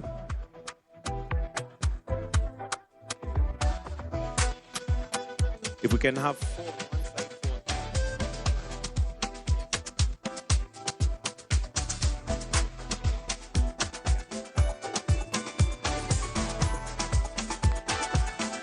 All right, thank you. I'll request that we leave His Excellency the President and Her Excellency the Governor. The rest, if we can take our seats, please. His Excellency the Governor, His Excellency the President and the Governor for the gift. There is a gift from Her Excellency, which, let's start with the COG Chair. COG Chair, there is a gift from COG to be presented by the COG Chair.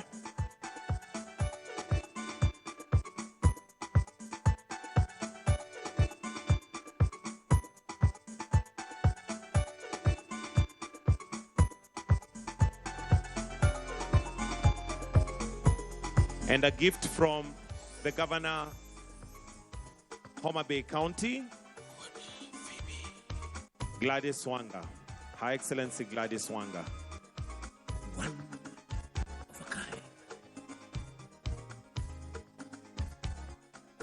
And with that, Your Excellency, we'll now finish with the anthem. So we'll request that the rest of us Mics. Before the national anthem, let's all be upstanding. Let me also thank the great people of Homa Bay for the warm welcome to all of us, and especially to those of us who are coming here for severally. We've seen the hospitality, the warmth of the people of Homa Bay, and we are truly, truly grateful.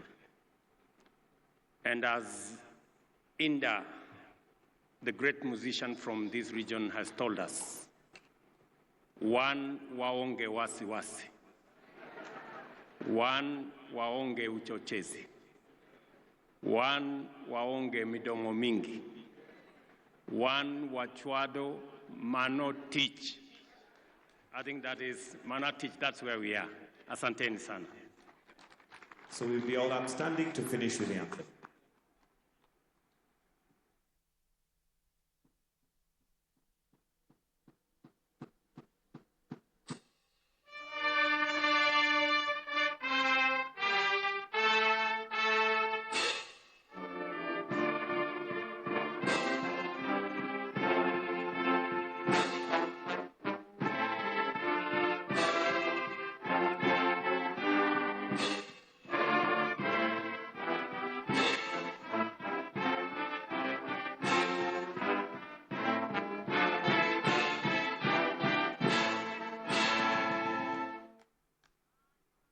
We'll now progress to a photo session with the governors. Governors, if we can come outside, the photo session is on the outside. So if we can all take our seats, please. Just the governors only, senators and DGs. Governors, senators, and DGs only to progress outside. The rest of us, kindly, I request that we maintain our sitting positions. Thank you very much, and do have a good afternoon.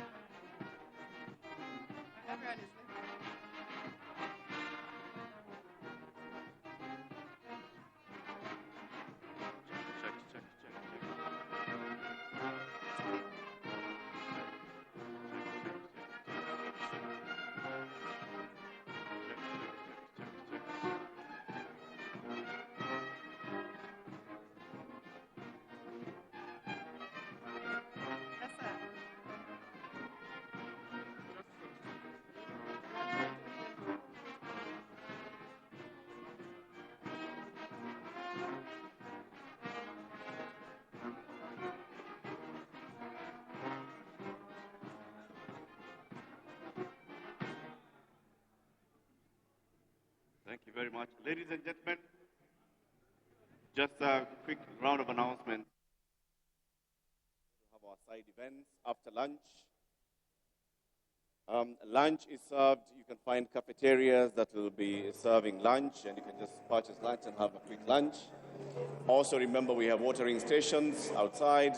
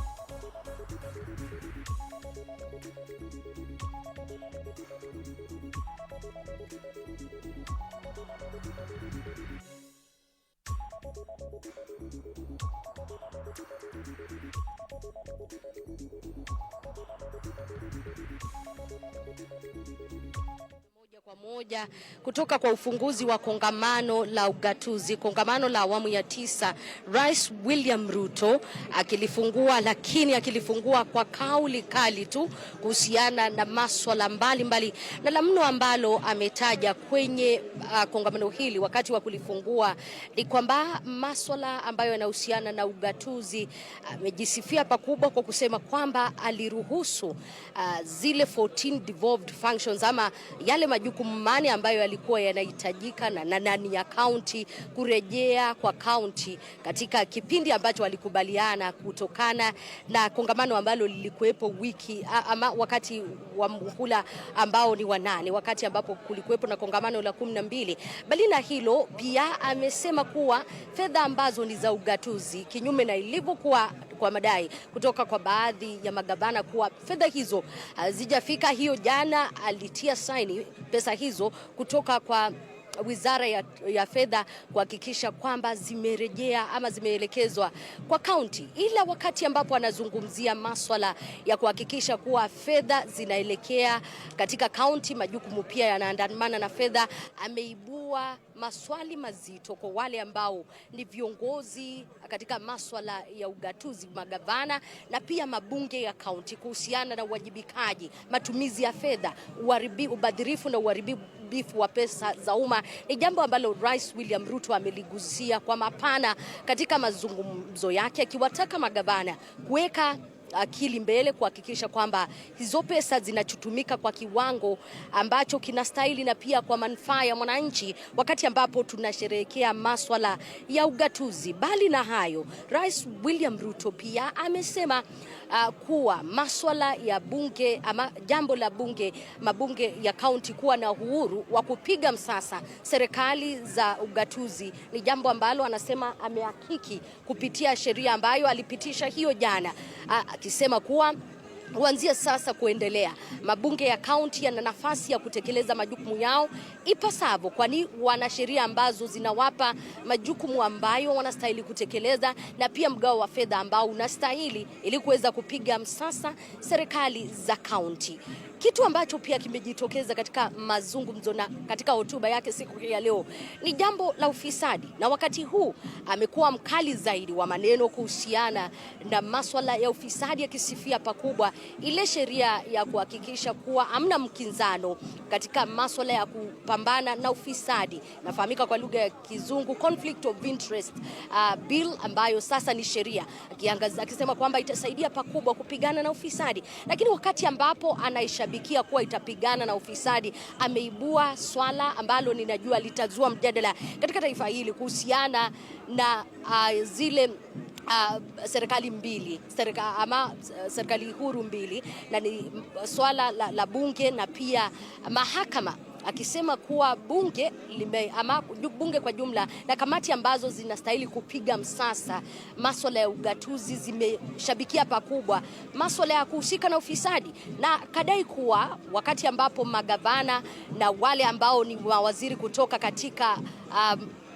katika serikali kuu wanajipata katika changamoto ya kutoa hongo wakati ambapo wanafika mbele ya kamati hizo, akiwataka wale ambao ni waunda sheria, wabunge na maseneta kujiangazia wakati ambapo tunapigana na ufisadi. Na katika masuala ya bunge ya mahakama, akawa anaibua maswali kuhusiana na wale ambao wanapata nafasi ya kujikinga kupitia sheria na wametajwa katika masuala ya ufisadi. Ni baadhi ya yale ambayo Rais William Ruto ameibua siku hii ya leo, akisema kuwa endapo tutapigana na ufisadi kikamilifu, ipo haja ya kuhakikisha kuwa wale ambao wanahusishwa na ufisadi hawajalindwa kwa vote vile na mahakama usalama na pia hawajalindwa kwa vote vile katika masuala mengine. Haya yote ameyazungumzia siku hii ya leo wakati ambapo akifungua kongamano la ugatuzi la awamu ya 9 miaka 12 baadaye. Rais William Ruto anasema kuwa ni mojawapo wa viongozi ambao wanashabikia ugatuzi. Na labda sasa mwanahabari ambaye ni mpiga picha wetu Gashaja akupe moja kwa moja yale ambayo yanaendelea, manake ndio hivyo, ni sherehe mbwembwe kwa wale ambao wapo katika kaunti ya Homa Bay. Kikosi ambacho kinapita mbele yako ni kikosi ambacho kimekuwa kikimtumbuiza Rais William Ruto wakati ambapo amekuwa akiingia katika kaunti hii ya Homa Bay, na hii leo tumewaona wakimsindikisha kuingia na kutoka katika ukumbi huu moja kwa moja. Ni kikosi cha kitamaduni ambacho kimekuwa kikipeperusha nyimbo za moja kwa moja kushabikia, kufurahia Rais William Ruto wakati ambapo amekuwa huku. Na wakati ambapo walikuwa wanakuja walikuwa na nyimbo tofauti, lakini niruhusu nirejee katika masuala ya ugatuzi ambapo Rais William Ruto amesema kiukweli masuala ambayo wanahitaji kupigana nayo kikamilifu ni pamoja na ufisadi, wakati ambapo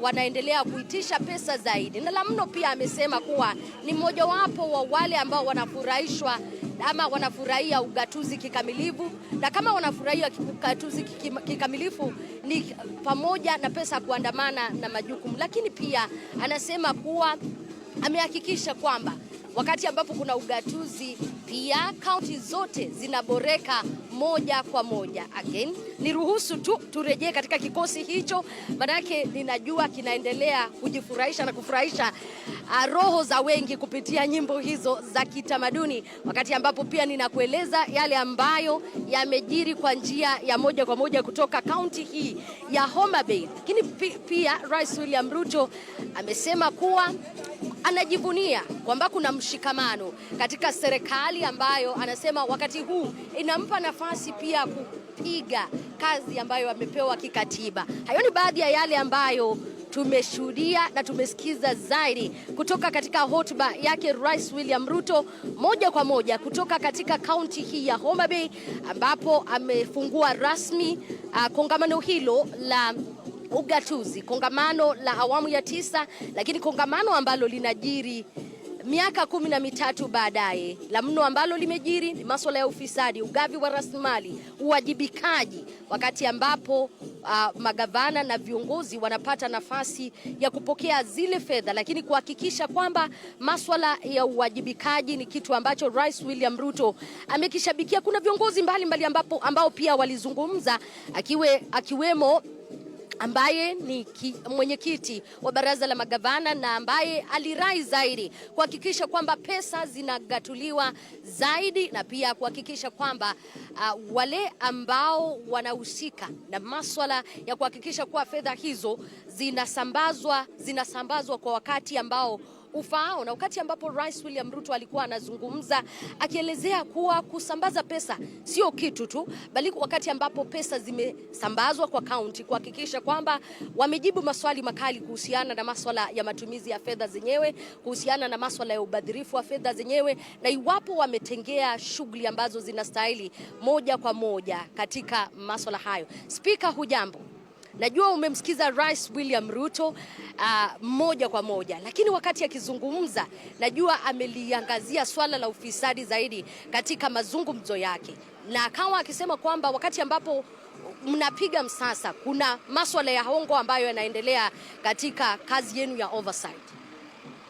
Ni ukweli kwamba kazi ya mbunge na bunge za county ni kuangalia utendakazi wa county executive, na kama vile rais amesema ni vizuri kwamba county assemblies wafanye kazi yao bila kutishwa na county executive, na ni jambo la kusema kwamba uongozi katika nchi ya Kenya ni wa kuiga, kwa sababu tumeona kwamba kuna interference kubwa ya National Assembly na National Executive, kwamba speaker wa National Assembly ni kama amekuwa waziri.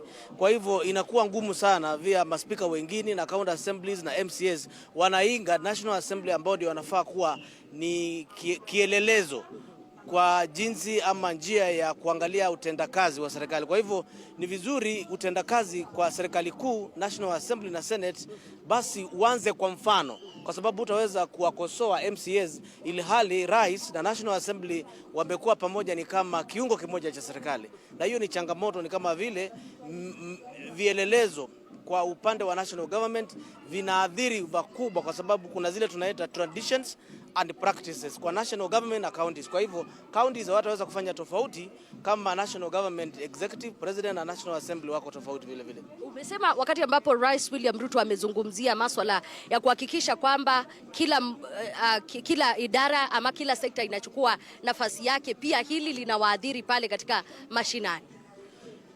Ni ukweli, lolote lile anasema linawaathiri, kwa sababu sheria zinazotungwa na zile ameweza kuzitia saini leo zinaathiri county governments. Lakini ugatuzi, hata kama amesema kwamba national government imekuwa ikisupport devolution, tumeona kwamba zile functions za national government ambazo zimepelekwa kwa counties hela hazijafika. Ndio ameweza kuangazia kwamba kama health wataweza kuendeleza health zaidi kwa counties, lakini hilo angefanya national government ni zile hela ziweze kufika kwa county, ndio county government itende kazi ile. Kwa hivyo kuna duplication of roles. Counties inafanya kazi ya health, national government inafanya kazi ya health. Kwa hivyo katikati pale kuna mvurutano, na mvurutano basi hujui basi hili ni function inaletwa na county government na national government. Na nisema kwamba hii ni kongamano takribani miaka 15 tangu devolution iweze kuanza. Lakini kuna machache yamefanyika, ile spirit ama mwendeno wa devolution ule ulikuwa unatakikana. Tunafaa saizi kuona county government zinafaa kuwa kama serikali viungo tofauti na national government, na kwamba utendakazi ungekuwa umesonga mbali zaidi. Kwa hivyo tungependa kwamba zile hela zinatolewa na wananchi kama taxes zinaenda kwa national government ndio zikuja kwa county government, si hela kutoka kwa national government kwa county government. Ni taxes zimekusanywa, zimebudgetiwa, alafu kazi ya cabinet secretary wa national treasury ni kuziachilia, hahitaji idhini ama ruhusa ya rais ama ya parliament kufanya vile. Kwa hivyo hiyo separation of power si kwamba counties zinategemea national government, hapana. Ushuru wote unatolewa na Kenya alafu unagawa baina ya counties na national government. Rais William Ruto amesema kwamba amewezesha mabunge ya county ama county assemblies katika kufanya oversight, na akasema you have no excuse kuhakikisha kwamba mmetekeleza majukumu yenu kama county assemblies. Ndio kama county assemblies zinaweza kufanya kazi zao, na ni vizuri niwaelimisha kwamba kinachoadhiri sana mabunge za county na national assembly inaitwa political parties. Kwa sababu unapata gavana ni wa chama cha ODM, chama cha Wiper, chama cha UDA, na MCAs waliochaguliwa kutoka hilo jimbo wanatoka chama kimoja, na mwenyekiti wa hicho chama kwa hiyo eneo ni gavana wa hiyo chama. Kwa hivyo unaona hata maspika na MCAs wengine wanaambiwa usipo basi fanya kazi vile mimi nataka kama governor, tukifika kwa upande wa chama utakosa tiketi. Kwa hivyo magavana wengi wanaweza kuwasurutisha MCA kwa misingi ya chama, kwa sababu unapata takribani 50% ya county assemblies hazina 50-50 opposition na upande ule mwingine. Kwa hivyo political parties zimeadhiri pakubwa, kwamba tuseme kama Ukambani, upande wa Nyanza na upande wa Rift Valley, ni kwamba almost 90% ya MCAs wako pale ni wa chama cha huyo gavana na huyo senator, na huyo gavana na senator ndio officials wa hiyo county. Kwa mfano, gavana Onyango Nyong'o ndio deputy party leader wa chama cha ODM. Hata wa MCAs wakijaribu kufanya ile oversight wanashurutishwa kupitia misingi ya chama, si misingi ya utendakazi. Kwa hivyo ni vizuri magavana waache kuzembea na kwa kazi ilhali wanasingizia MCAs wasifanye oversight. Asante sana. Lakini kwa kusema kwamba rais si yeye ana hiyo jukumu ya kufanya oversight ama kuangalia utendakazi wa county government iko kwa katiba ya Kenya. Kinachoathiri zaidi na kuambia kama speaker na nimeserve for 10 years ni kwamba political parties zinainterfere pakubwa sana na kazi ya utendakazi ya mabunge. Asante sana Speaker Jackson Mbilu kuzungumza nasi Douglas Mbilu. Asante kuzungumza nasi siku hii ya leo. Bila shaka huyo amekuwa ni speaker wa bunge la kaunti ya Makueni akisema kwamba japo Rais William Ruto amezungumzia masuala ambayo yanahusiana na utendakazi, manake amesema the counties have no excuse ama hawana kijisababu chochote kile kuhusiana na masuala ya kupiga msasa magavana, anasema hilo huenda likawa ngumu zaidi ama limekuwa ngumu zaidi kutokana na vile vyama vya kisiasa ambavyo unapata kuna muingilio na hawawezi kuchukua majukumu yao kama ambavyo inahitajika. Haya ni baadhi ya yale ambayo tumesikiza siku hii ya leo moja kwa moja kutoka kaunti hii ya Homa Bay. Baadaye nitakuwa nikiwatafuta mimi na wenzangu Chichi Josephine, Mike Kagongo, Indi Muli na wote ambao tupo hapa kwenye ground. Tutahakikisha kwamba tunawatafuta viongozi wengine kusikia maoni kuhusiana na yale ambayo Rais William Ruto ameyazungumza siku hii ya leo. Tunashukuru zaidi kutuenzi ndani ya runinga hii ya TV47 na Radio 47 kwa pamoja Cape Media. Katika kazi yetu siku hii ya leo tutazidi kukujuza, kupekua na kukueleza kutoka kaunti hii ya 043 yote ambayo yanajiri na yote ambayo yamekuwepo. Mimi ni Elizabeth Mutuko, nimekuwepo hapa na mpiga picha wangu Peter Gashanja. Kwaheri kwa sasa.